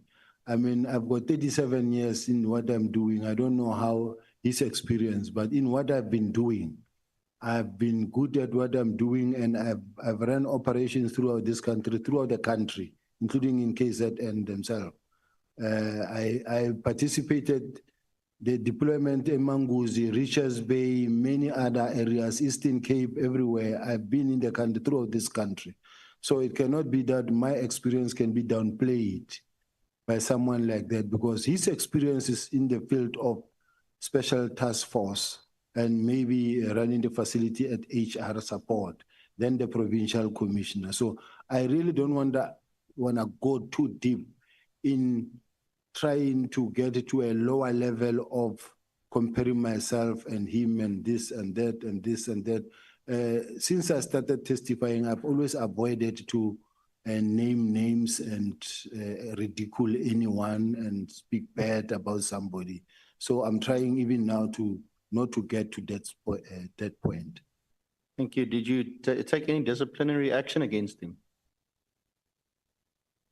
No, I can't take a disciplinary action against him because he doesn't report to me, even though I may be his senior. He reports to the National Commissioner.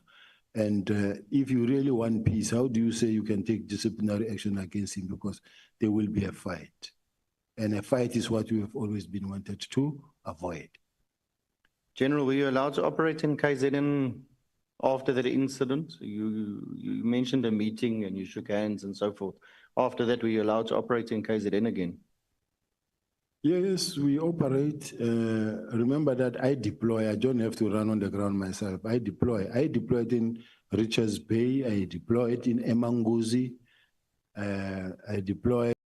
One question towards the end of the yesterday's testimony, you kept saying we wanted it finalized when we were speaking about the letter of the 22nd of April that was sent.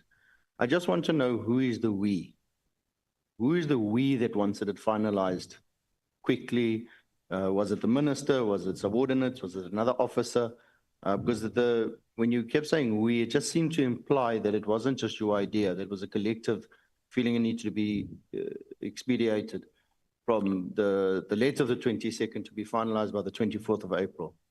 Remember that if the National Commissioner, let's say, implemented something, and then you go to the meeting of the 6th of March, in the 6th of March, it tells you exactly on what steps are going to be followed to finalize this process. Now, come the last date there, it was the 31st of March. But come the 28th of March, there's a handing over now done between two divisional commissioners from CI to crime detection. Now, you already have the dockets in your possession. The head of CI handed over the dockets to the head of detectives.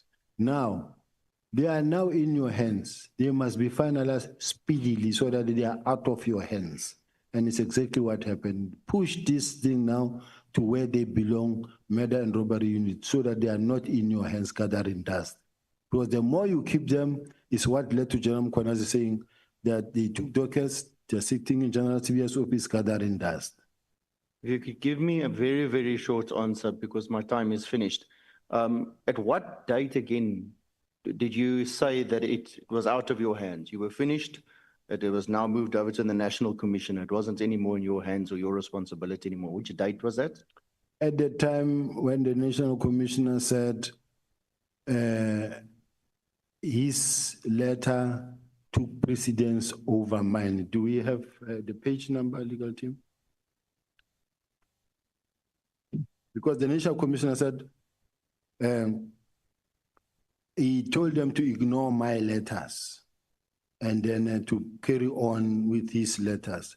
From then henceforth, his instructions took precedence over mine. There was no competition. He remains my boss too. General, sorry, was that pre-22nd of April, 22nd of April? It was after that. After that, okay. Yes. Thank you, Chairperson, I conclude. Thank you so much, Honorable Klopper. I don't know, they just given me the letter. Should I read it or it's not necessary? Chair? Honorable Klopper. You can read it. It's not a problem. Thank you, Chair. It is page 36 of the National Commissioner's affidavit, paragraph 118, that says, in line with my discussion with Lieutenant General Sibiya, I also had a discussion with Lieutenant General Khumalo. I told him to prepare a preliminary report as contained in the Minister's Directive of 31st of December 2024, and that we should aim for 20 January 2025 to submit the report. Since this was a direct instruction from me, it took precedence over Lieutenant General Sibiya's instruction of 17 January. Now, this means that anything and everything flowing from this letter now takes precedence as the National Commissioner's instructions.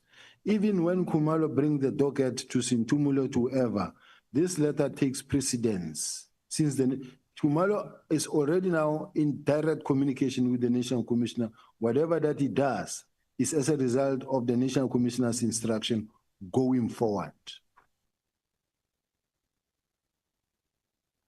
Wait, Honorable Skosana, wait. Honorable Klopper, you're fine. Yes, Chairperson, thank you, I'm fine. Okay, thank you, so Honorable Skosana. Yeah, I just wanted to ask Chair, just to make a follow-up, if the letter which is reading, is it signed as well? It is signed. It is in the National Commissioner's statement. Okay. Thank you so much.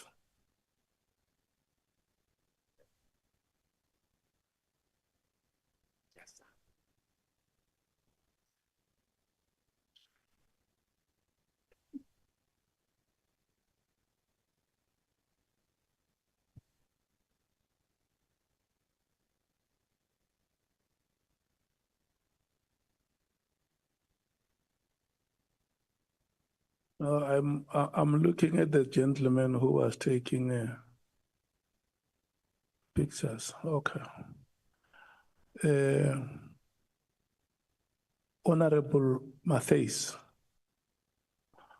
once you are done, we break. Eh? Thank you. I might not be done then, Chair. I don't think we deserve a break. Thank you, Chair, and good afternoon to the members of Parliament and to the General.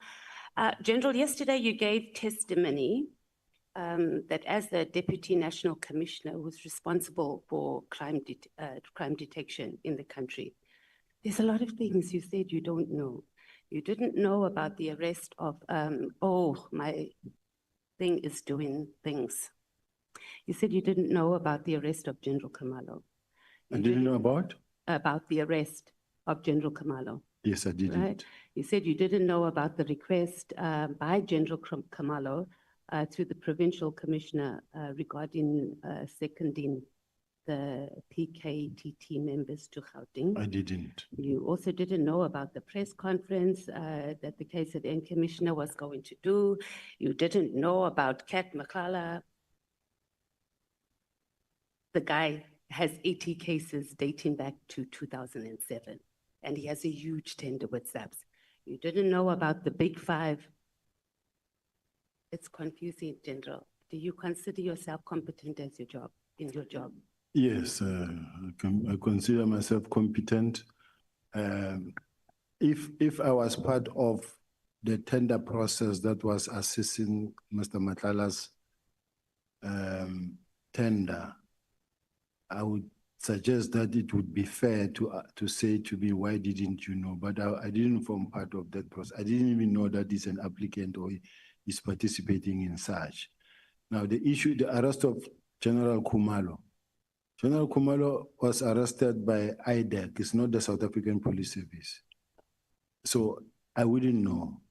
And all the things the honorable member is mentioning are not things within my sphere where someone can say, but why don't you know? I didn't know. Okay, General, make this make sense, right? You do not know that one of your generals is going to be arrested. And I know it wasn't by SAPS, right? It's a sister department. It's your job, it's your responsibility to know. Crime detection is huge, it includes crime intelligence as well. So you should have sources everywhere. I find it extremely hard to believe, or for this to even make sense, that you had no idea, formally or informally, that your general was about to get arrested. Even the commissioner of KZN knew that he was going to be arrested. So you're saying that you don't have access to information and sources like the rest of SAPS members? The very first person who was supposed to know that he was going to be arrested is the member himself, because he's intelligence, he's counterintelligence. This is the person that anybody can say he expects to know about everything that moves. But above all, even the National Commissioner didn't know that that was going to happen. So where I'm sitting, if IDEC or IPIT, the IDEC or IPIT, they are investigating a particular matter. There's no way us will know from where we are sitting because we are not in that space. Okay, so South Africans should feel comfortable that our national head of crime intelligence cannot know that one of their generals is going to be arrested by another organization. We should be comfortable with that, and we should be comfortable that we have a competent deputy commissioner responsible for crime detection. If I was fully in charge of crime intelligence, including counterintelligence, they were reporting to me, I would be knowing. But they don't report to me. Okay, let's go on to a bit of your career. So yesterday you said that there's no crime intelligence, and however we interpret it is not really the point. But in your statement, paragraph 23, you say that you have been responsible for crime intelligence since 2003. That's about 2 years and 3 months. And it's been recently moved under the National Commissioner, but I don't think it's been effected yet.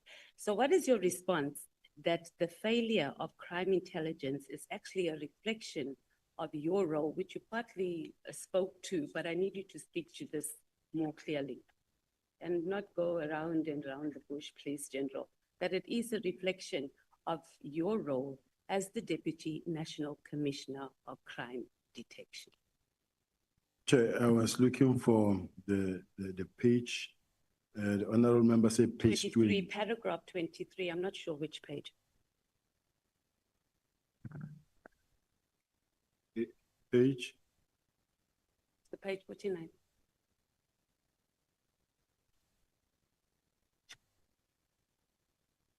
When you talk about your career, that section, it's page 9, paragraph 23, but I'm right, that is paragraph 23. Yes. Thank you for the page number, ANC Chief Whip.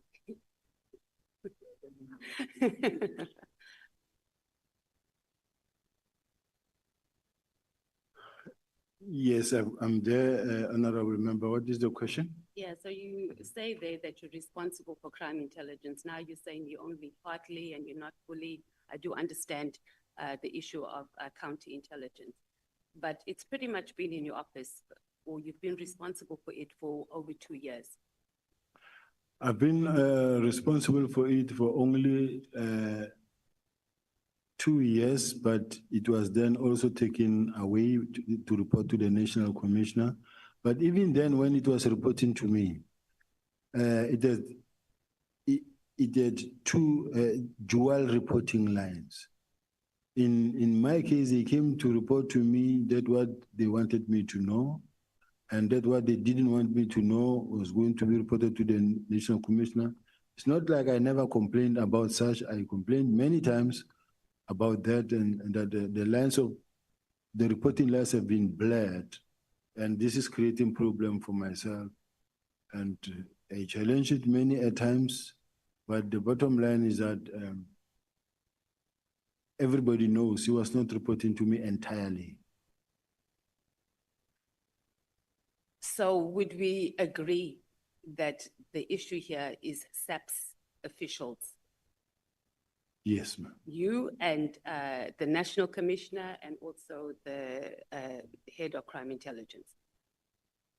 And the issue of having blurred lines is an issue because you, as the senior officials that the country relies on to make sure our children are not raped, and if they are, they're getting justice, to make sure our children are not trafficked. A simple process of just understanding, reporting, or having those basic processes in place is what is costing the country, and our children are in the state that they're in now. Right now, children are being raped and they've been trafficked. And we have adults that have been appointed in these strategic positions and that are busy with their egos and are busy fighting with each other and are unable to do the jobs that we've put them in there to do. Can we concede on that?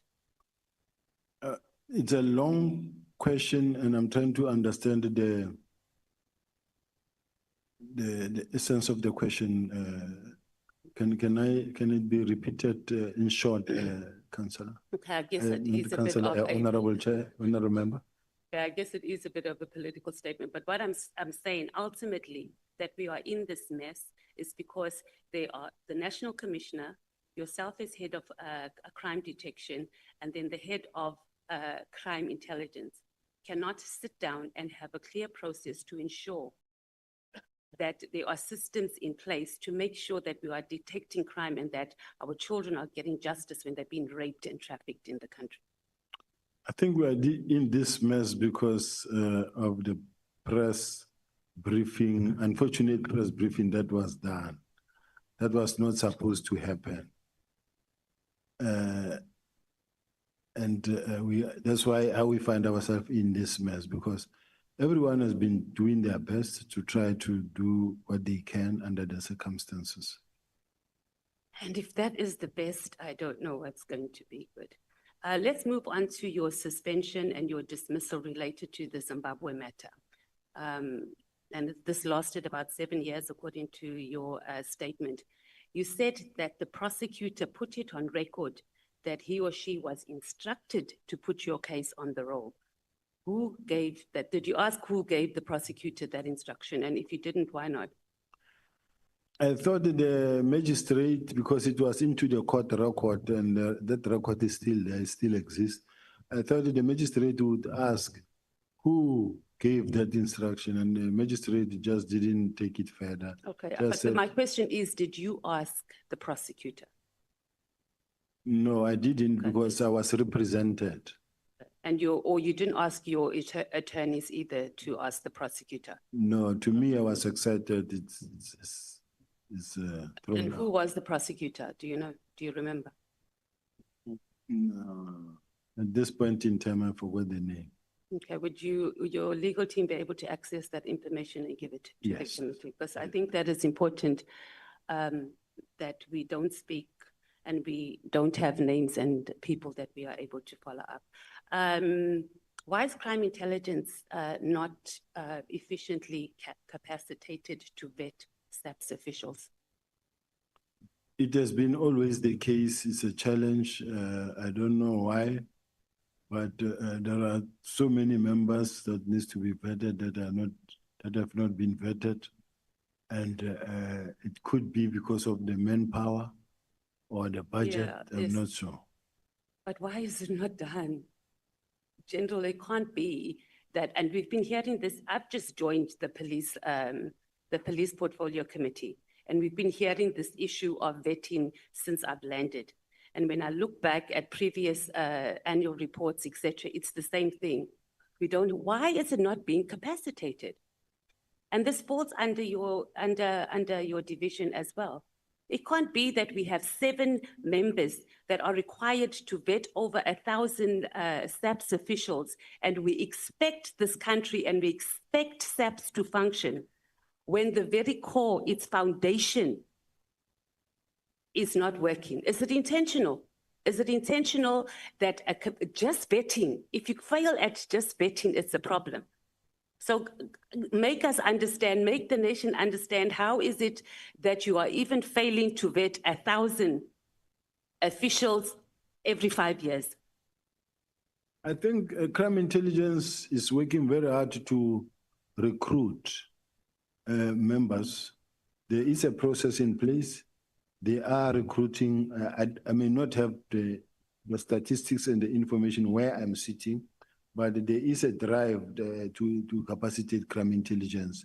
This is what also the minister said, that they need to capacitate crime intelligence in such a way that they will improve even their collection and counterintelligence. But why has it not been done? Do you not see? General, I need you to explain to us, because it can't be that the highest office of our security, like South African Police Service, cannot have capacity to vet 1,000 officials. You're telling us what is going to happen, and we've heard that many times. It's not happening, and we're having people, you are placing people in positions who do not have security clearance, and it is costing us being able to do our work efficiently in those departments. Why is it not done? Is it intentional because you want to appoint people who we know are not going to get clearance, or we're weaponizing it for people who would get clearance, but we don't want them to access information? Is this what officials in SAPS are doing instead of protecting us as citizens in the country? No, Chair, that is not the case. The employment or recruitment drive, there is a plan. Since I think in the past 2 years, there's been a drive in terms of capacitating the detectives and intelligence. I think the person who can actually better respond to that question can be the support head, the acting National Commissioner of Support, acting Deputy National Commissioner of Support, who can come and testify here in terms of the recruitment of crime intelligence officials and the numbers, because that's a separate process. No, we have the numbers. It was just, we're just trying to understand, how is it that the highest level of SAPS cannot vet? That was pretty much the question. And is it intentional or not? You haven't really answered the question. I don't think they're going to get an answer, but we'll move on. Let's talk about your employment at the city of Joburg. You testified yesterday that you were employed properly at the CLJ, and your words were during daylight with everybody watching. Where did you see the advertisement for the job? I think it was in a newspaper, Chair. I can't remember now, but. Okay, will you be able to get that? Because I'm sure the CLJ would have. Yeah, I think they would have. And what was the title of the position that was advertised? It was unit head, forensic and investigation. It was a new unit that was established. Yes. Was it already existing and they were looking for a position? Yes. It was new. So you'll get, your legal team will submit, or maybe our evidence leaders can also get that. Who was on the interview panel for the position? Who interviewed you? If I remember, I know Michael Blumand. I also know Christo Mare.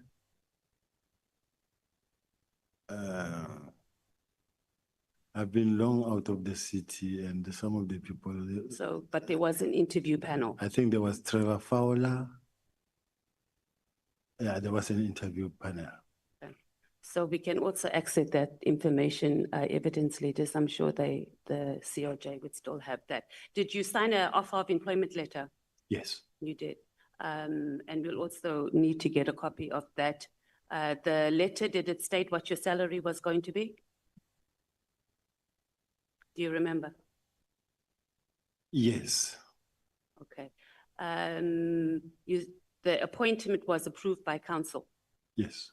Okay. Do you have the minutes of that council meeting? They can be requested by this house to the council. Yes, can we please have that? So were you in the council meeting when that happened? Or you just were told because you need to be? You don't form part of the council Yeah. meeting where it happens. But you watched it live or you were? No, you sit and wait and you'll hear when it happens. Okay. Are you stating here that you were not part of the procurement of this spy equipment in any way, shape or form? You didn't have any conversation about it. You didn't even know what it does. The department just went ahead and bought this equipment and brought it to your department. There are no spying equipment procured. What was procured? It was technology meant to support the department to be able to do the work. And I don't have the list with me, but the list is there. Was the department authorized to purchase whatever that equipment is? Yes, because it went through the channels and it went through the budget steering committee and it was approved. So you were part of the process, the procurement process. Obviously, it's done in a different department in the COJ, but it came through the unit that you were heading up, the request. That's correct. Okay, so how did you source, was Paul O'Sullivan at all involved or any of his associates involved in you identifying this equipment and where to source it, etc.? Paul O'Sullivan was nowhere involved, nowhere near what was happening, doesn't even know, it's not even connected to this whole thing. To which whole thing? Of this equipment that were procured. Okay.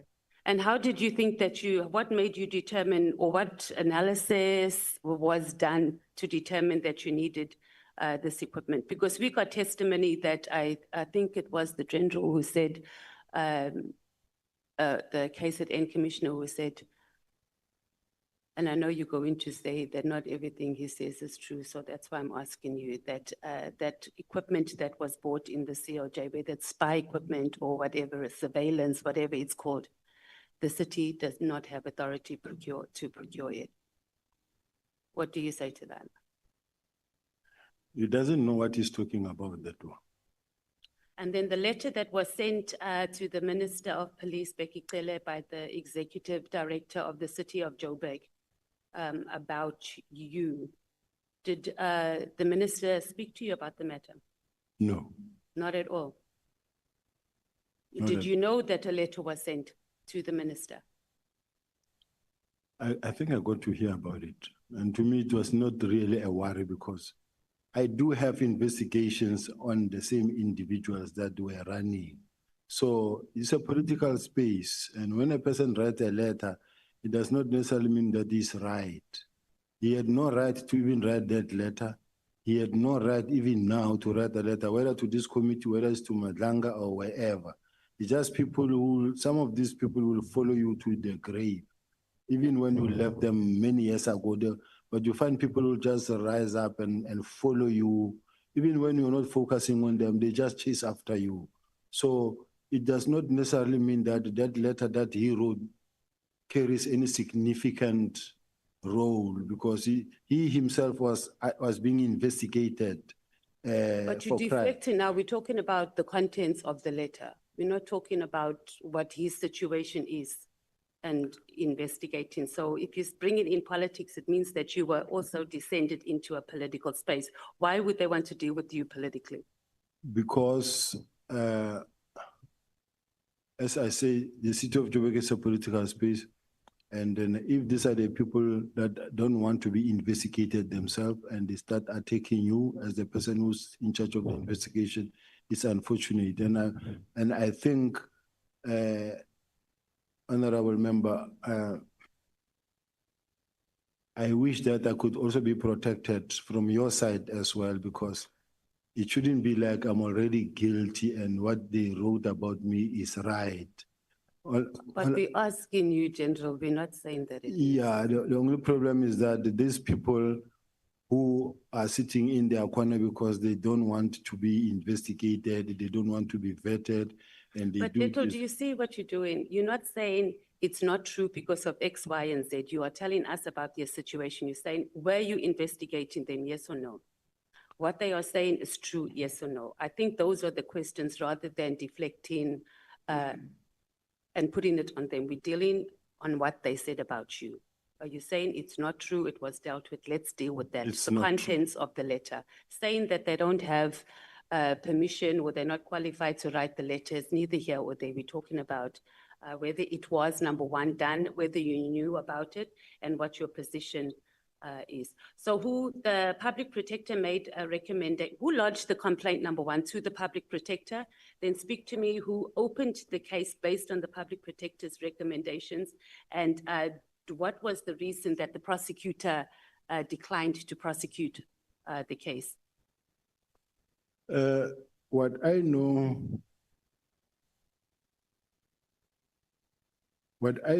Chair, is that I investigated a matter that involved the then city manager of City of Joburg. The matter was reported by the Department of Finance and it related to a big tender of the blue light and the sirens and bullet burst. I don't have the report with me. But then what happened is that the investigation was allocated to ENS law firm that had to conduct that investigation. That investigation was conducted and the results came. These results were talking about the fact that over and above the many other role players that were there within the city at JMPD, it talks about the fact that the city manager also did not cooperate with the investigation. And they were very much worried that the city manager is not behaving in a manner the accounting officer should be behaving. So they produced a report.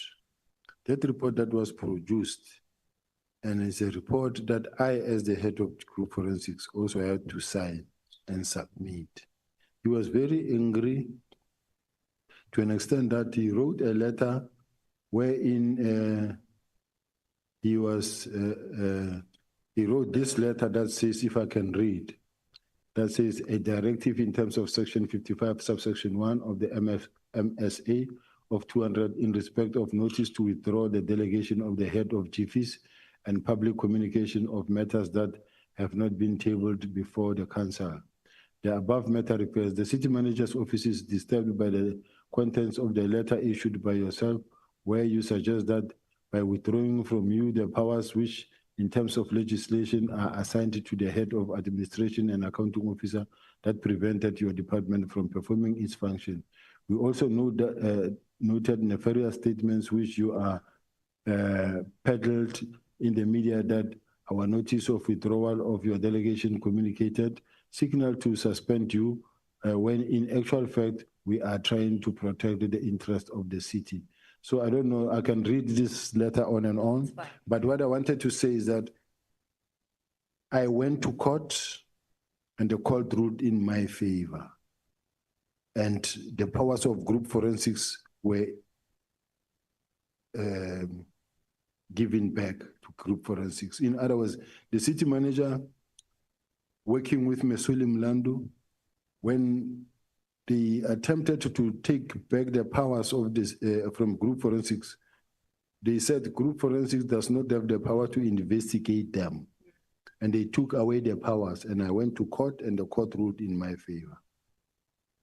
Your relationship with any of the DA or Democratic Alliance members in the COJ, they were leading government there. Did you have any, and at any time did you engage any of the leaders there who may have given you directives on investigating members?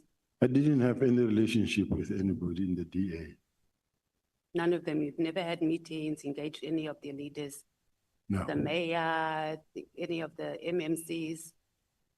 In my official capacity, I have had meetings with all of them. Oh, you have?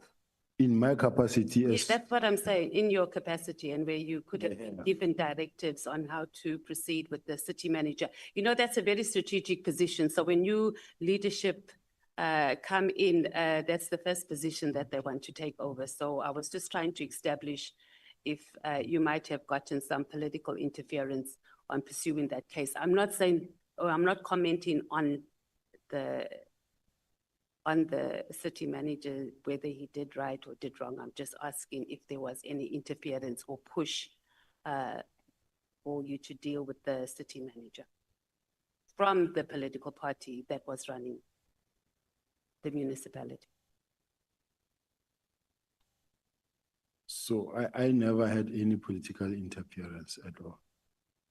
Let's go to your labor court. You appealed the matter, so it wasn't the labor court that ordered you to be reinstatement, it was the appeal court Yes. that did that. Do you know why SAPS did not oppose your reinstatement?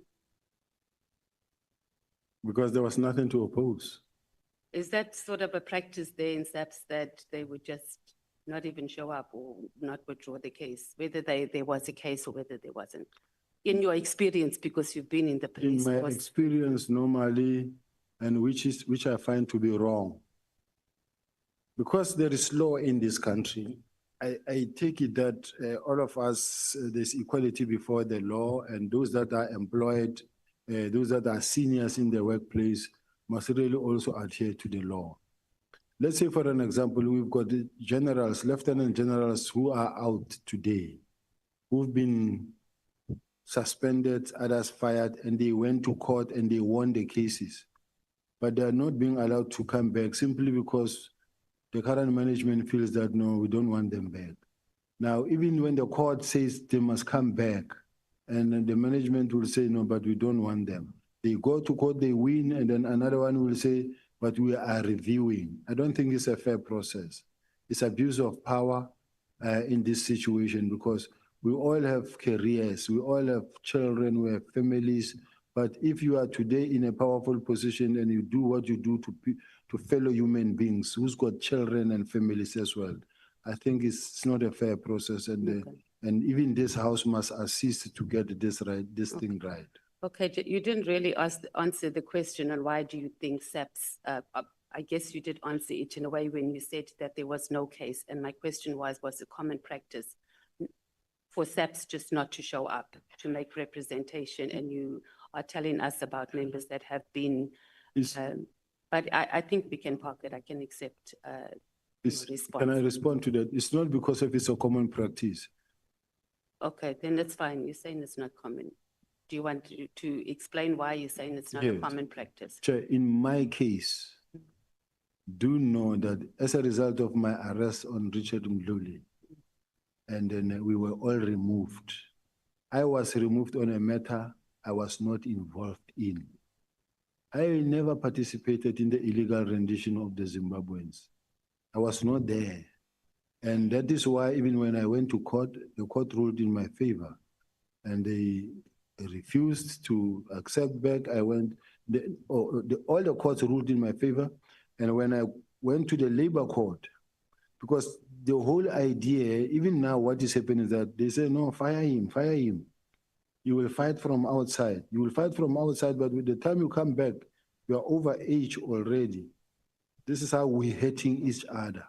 But the problem is the labor court ruled in my favor, but did not reinstate me. They said I must be paid. I said, no, I don't think I can spend so much money just to come and win and not be reinstated. Then I went to the Labor Appeal Court. The Labor Appeal Court reinstated me. So I came back because I was reinstated. I was innocent. Okay, that still wasn't the question I was asking, but understood. Let's talk about yesterday. You said in your,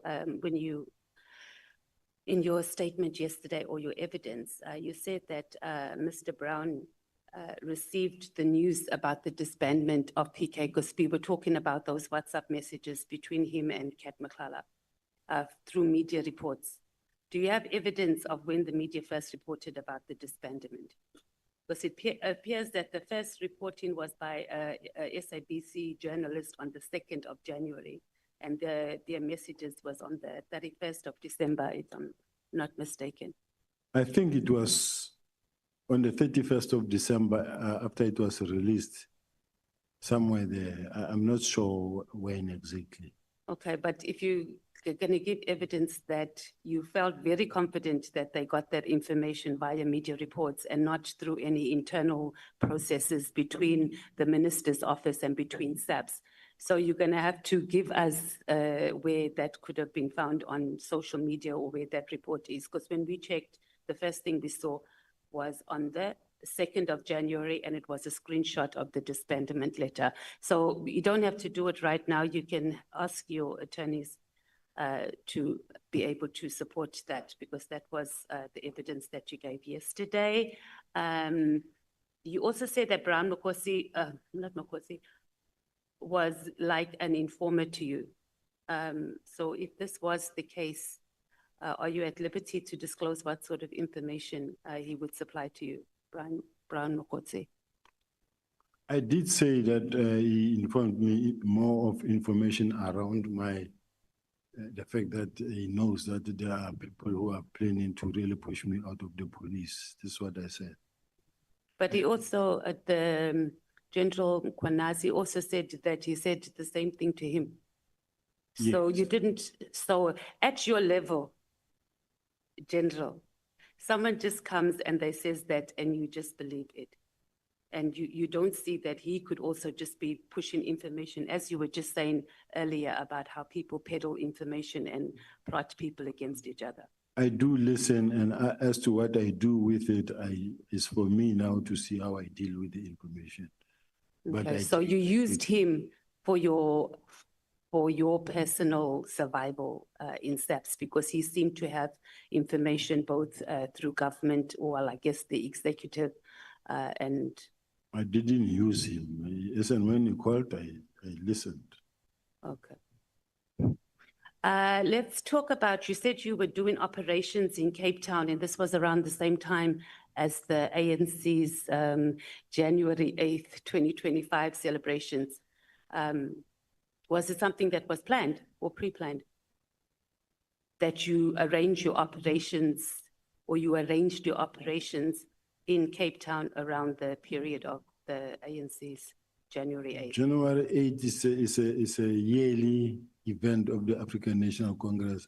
But as the South African Police Service, we have to be there to do our work. Okay, so who attends? Because as the economic freedom fighters, we also have ours, and we don't have ministers, officials on that level of SAPS coming to attend any. I've never ever seen them. I'm just asking. And I think even the IFP here, so are you saying that it's a standard operation procedure that high-level officials in SAPS makes their operations, arrange operations in the hosting towns where the ANC is having their January 8th? In all the political parties who have events, No, you definitely don't have high level like on your level at ours, I can tell you for a fact. No, I know. I'm part of job. No, they are. There Okay. are, Maybe you must supply us with the list of who's deployed to these events. no, when it happens, there's a clear plan from the police side on what will be happening, and they demarcate the streets on how. I understand the job processes. I'm asking about levels. I'm asking specifically you as a general heading up a division, right? A deputy, actually, deputy commissioner that will make themselves available to do operations in towns hosted by the ANC in particular. I understand the whole process of JOC and the police being involved. I'm not disputing that, General. I'm saying on that level. Yes, on this level. I'd like to know which ones have ever attended our events. Let's talk about when you were in Cape Town for the January 8th, 2025 celebrations. Did you meet the Minister of Police, chat to him informally, anything, especially since he had just written a letter disbanding the political killings task team? On January 8th. Around that time, not on that day in particular, but you were here celebrating, okay, let me not say you were celebrating, you were doing operations for the ANC's January 8th. The minister was here because there's evidence that even someone sponsored his trip. So did you have any communication with the minister? The minister was not around, he didn't attend. Oh, how do you know? I know. Oh, okay. At least there's something you're saying that you know, General. Let's move on to, so you didn't meet the minister, is that what you're saying? You didn't have any conversations with the Minister of Police during the January 8th? He was not there. That's not the question. Did you have around that time, even if you didn't see him physically during that period? I've never spoken to the minister. Okay. Let's talk about Busi Kat Nhlanhla. He called you, you said, and he wanted to have a meeting with you. And then you agreed to the meeting. So at your level, did you not even say, hey, let me just check this guy out before I just meet with him? Like, obviously you knew as a service provider, you're saying that you didn't get involved in the procurement process and that sort of thing. This guy has 80 active cases with SAPS. You are the head of crimes detection. You just went ahead and met with him without even just doing some background checks. I don't think it's fair, Chair, that when a person complains and comes with a lawyer and having the papers and say, I'm here to complain to the National Commissioner. This is my complaint. Then I must go out there and start running tests on the person and start running investigation on the person. But that's not how it works. He called you first. He didn't just show up at your office. That's what you said. So the call that you arranged a meeting, right? So when he called and he asked to have a meeting with you, he stated why he wanted to meet with you. Yes. Right. So you knew he was coming there for that. He didn't show up with lawyers. So you had time to just say, let me go and do some due diligence, because you could have even called him back and said, this is out of my payroll, or it's not in my grade. Let's wait until the National Commissioner comes back. But you made a decision to meet with him and not even check 80 cases. And you just met with him like that. Yeah. That's what the National Commissioner told us, 80 since 2007. Oh, it's 1-8 now. 80. Am I wrong? It is 80. I asked the National Commissioner twice last week. And I even asked when he said it's dating back since 2007. General Mkhwanazi said 1-8. The National, okay, I guess we can just verify our evidence leaders. Can we just double check? But when I did a follow-up, I remember saying whether it was 80 or 1-8. But regardless, 80 or 18, it's still a lot. So it wasn't strange for you just to do that, General? No, because remember, Honorable Chair, when a member comes, when a person comes wanting to see you. He called you, he didn't come and see you, didn't show up. Yeah, I don't think each and every person who comes who want to see me, I have to run tests on that person. But it's not a deep test, just to like, just some due diligence. You hold a very strategic position in this country. You've said yourself that people come and they influence you and they peddle wrong information. I would just think that you'd be a little bit more cautious. But if you didn't do it, that's fine. Do you want to say something before I move on? No, I just wanted to say that it's not always easy and possible to say, I want to run tests. When a person wants to say, to check on you, it's not like in the presidency. In the presidency, if I want to meet the president will have a team that will actually check the background of the person. Who is this person? What is he about and why does he want to see you will have few people before you get there. Now, in my case, I'm expected to meet anybody who wants to meet me or who wants to meet the National Commission. You indicated that you also made calls to him. Was this after the initial meeting or the meeting you had with him about his? At Matala, Mr. Matala. No, I never made calls to him. At all? No, I never made calls to him. And did you and the minister discuss Nhlanhla and Brown? Not even once. Any way, shape or Not form? even once. Not gonna find any WhatsApp You messages will never or find informally, You will never find including from the chief of staff? No. Okay, let's talk about the disbandment of PKT. Obviously, I'm not going to repeat what other honorable members have asked. Was the minister briefed about the PKTT before sending the letter officially? Yes. He was, because the National Commissioner's evidence says he was not briefed. I read something here in a meeting on the 27th that I know that there was an executive meeting and there was a briefing in relation to the PKTT, and the National Commissioner in that meeting did indicate that it was not meant to be a permanent structure. It was not meant to be a permanent structure. It was meant to evolve into a murder and robbery unit. Okay, so I'm not asking that. I'm just asking the minister.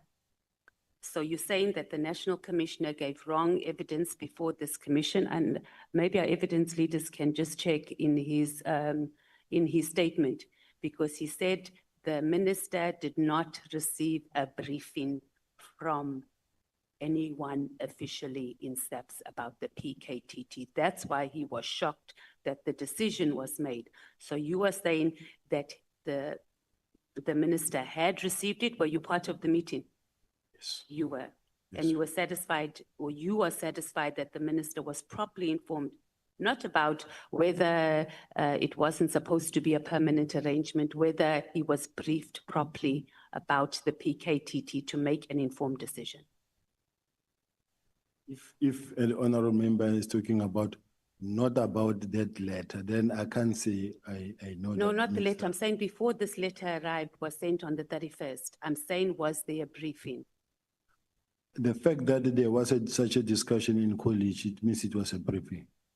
I beg your pardon, say that again? The fact that there was such a meeting that was discussed with the police executive meetings where the minister raised concerns about the PKTT. Okay, that's a different question, different answer. I'm saying was, did the minister receive a briefing, as we get briefings of this is what the PKTT has done over the years, et cetera, et cetera. Did he get that, or was there just an overall discussion? That's what I'm asking. I wouldn't know about that one. Okay, right.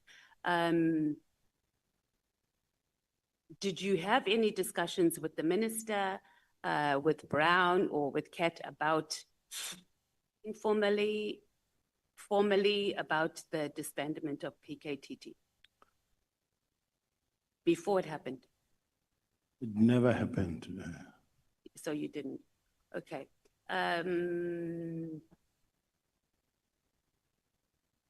Okay, so this is something that is baffling, General. On the 31st of December, in the afternoon, the minister decides he must send an email about issues that are not of national importance during the festive season. Were you not shocked when you saw this? Like, would be like, what is he doing?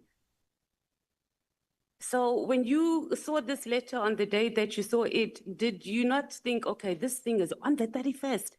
And he even knows that the National Commissioner is not there. Did those things not cross your mind that this just seems just highly irregular? Or is it something that's common? You've been in the police force for a long time. For the minister on New Year's Eve, the whole world is resting. He decides he wants to send a letter of something that he could have dealt with in January when offices were fully open. I wasn't shocked, and there's nothing shocking about it. Why? Because the ministers, the police, they are working during that period. There's working, right? That's dealing with the issue of festive activities. We're talking about matters of border control. One was about doing a strategy for border control. They can wait until January. How is that even urgent? Even the thing about the disbandment. Okay, give me just one example, General, of any other time in your history of being in the South African Police Service where a minister sent a letter on the 31st of January in the afternoon about something that was not of critical national importance during that period. Just one. What we know is that when the festive period, safer festive period is declared, policemen are no longer allowed to take leave until when it comes to an end somewhere in January. So during that period, the police are hard at work. And as the police are hard at work, they are not on leave. Now, me and you will differ in this sense. The minister is a new minister. And then him being— He was excited. No, don't use the word councillor that he was excited. Let's do like this. Okay, sorry, Chair. I don't like it when you exchange between yourselves. Because it's either you intimidate each other or you inject fear in each other. Honorable Matthys, I want to allow you to ask the last two questions because your time has been up. I should have kept my own time because I don't know, Chair, but no problem. I trust you, Chair. So, General, you're not really answering the question. The issue is not whether SAPS or the police is working during that period. We know that it's a very busy time. We're just talking about particular operational matters. I would like you to speak to the issue of, now I must choose. Let's talk about, you've said that you don't know this Paul O'Sullivan at all. Do you know, Sorry, Chair, I've never said I don't know Paul O'Sullivan. like you've never met him, you have never engaged with him? I've never said that. Oh, okay. Let me ask you then. I said You I know. engaged with— I said I know Paul O'Sullivan very well. Oh. Oh, yes, you did. Sorry, I'm looking at something else. And you also said that he's a well-known person in the crime-fighting community. What is the nature of Paul O'Sullivan's involvement in crime fighting in the country? He runs a forensic investigative company and he normally gets information and he reports to the police as well. Do you know how he gets to be in possession of this information? And does it not bother you that a person who's operating outside the established security institutions is able to access the information that Paul O'Sullivan has? And then also just quickly maybe talk to the issue of the Helen Suzman Foundation. My last question, Chair, or must I come back? Or do you want to respond to the first question? Respond now. Okay. How we access which information? People report to Paul O'Sullivan. People report to Patricia Mashad. People report to Josh Mashad. People report to Brown Mkhwanazi. People report to the person they feel comfortable with. And these people people report to Professor Mary DeHaas. And as they report, they then take information forward. You will have people who report to whoever they feel comfortable with. And then he will either interview them, obtain statement, and send them to the relevant authorities to be processed. In relation to the Helen Suzman Foundation, I don't know what the question is intended to, because you haven't asked the question. Yes. It was the Helen Suzman Foundation that litigated for the reinstatement of Robert McBride at IPID. Were you aware of this? It's possible. Yeah. And then we also know that it was the Helen Suzman Foundation who led the court challenge on the appointment of General Burning, who's the former Hawks head, that eventually resulted in his removal. And this was soon after he dismissed you from the Hawks. So at any stage, did you have a conversation with any representatives or people associated with the Helen Suzman Foundation about the struggles you were going through at SAPS? I think, I don't know whether it was Freedom Under Law it's Freedom Under Law that I went to see. Helen Suzman Foundation, I don't remember meeting with them, but in their case, they were just worried that the man has been found guilty or there is serious allegations against him and yet he's waking. They said, no, he must actually be suspended because he's been found guilty or the court has declared that he's a dishonorable person who lacks honor and integrity. He must go stay at home. So it is based on those. Okay, so there was no link to the fact that he had just dismissed you. So there was no link to the fact that he had just dismissed you, that the Helen Suzman Foundation. No, there was a link because, I mean, remember, everybody knew that he was actually doing it unfairly so, and he didn't follow the procedure. He was fighting for Richard Mluli, and that is why he was fired. Okay, thank you. Thank you so much, Honorable Matthys. Honorable members, when we come back, we are taking Honorable Mngango, Honorable Sols, Honorable Vessels, Honorable James, and the last speaker will be Honorable Sangon. And then we'll take a comfort break. So now we are breaking for 15 minutes. We are coming back at 17:30. Yeah.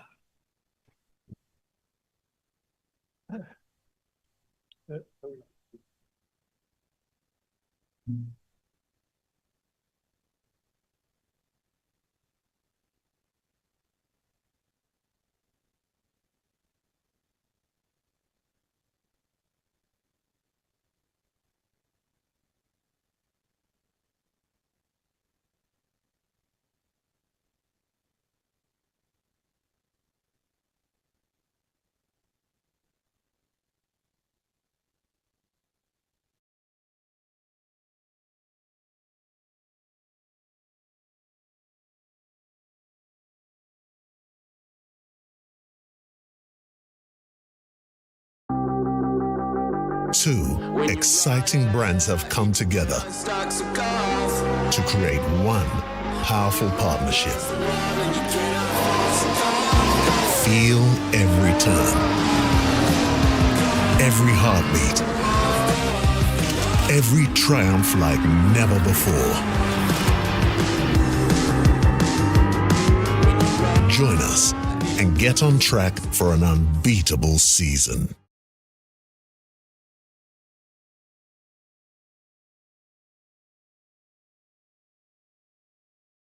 The Nhlanhla Commission could go behind closed doors. But in Parliament, General Shadrack Sibiya is finally breaking his silence. What's the latest in the Mkhwanazi saga? Stay tuned and let's break it down. Spread the fire. Welcome back to the Sizwe Mpofu Walsh Experience, or SM WX. Well, the drama never stops in our country. On Friday, when we all were going for our weekend, we heard that Katiso KT Molefe was granted bail, and I'm going to fill you in on everything that's been happening since then up to today's events in Parliament.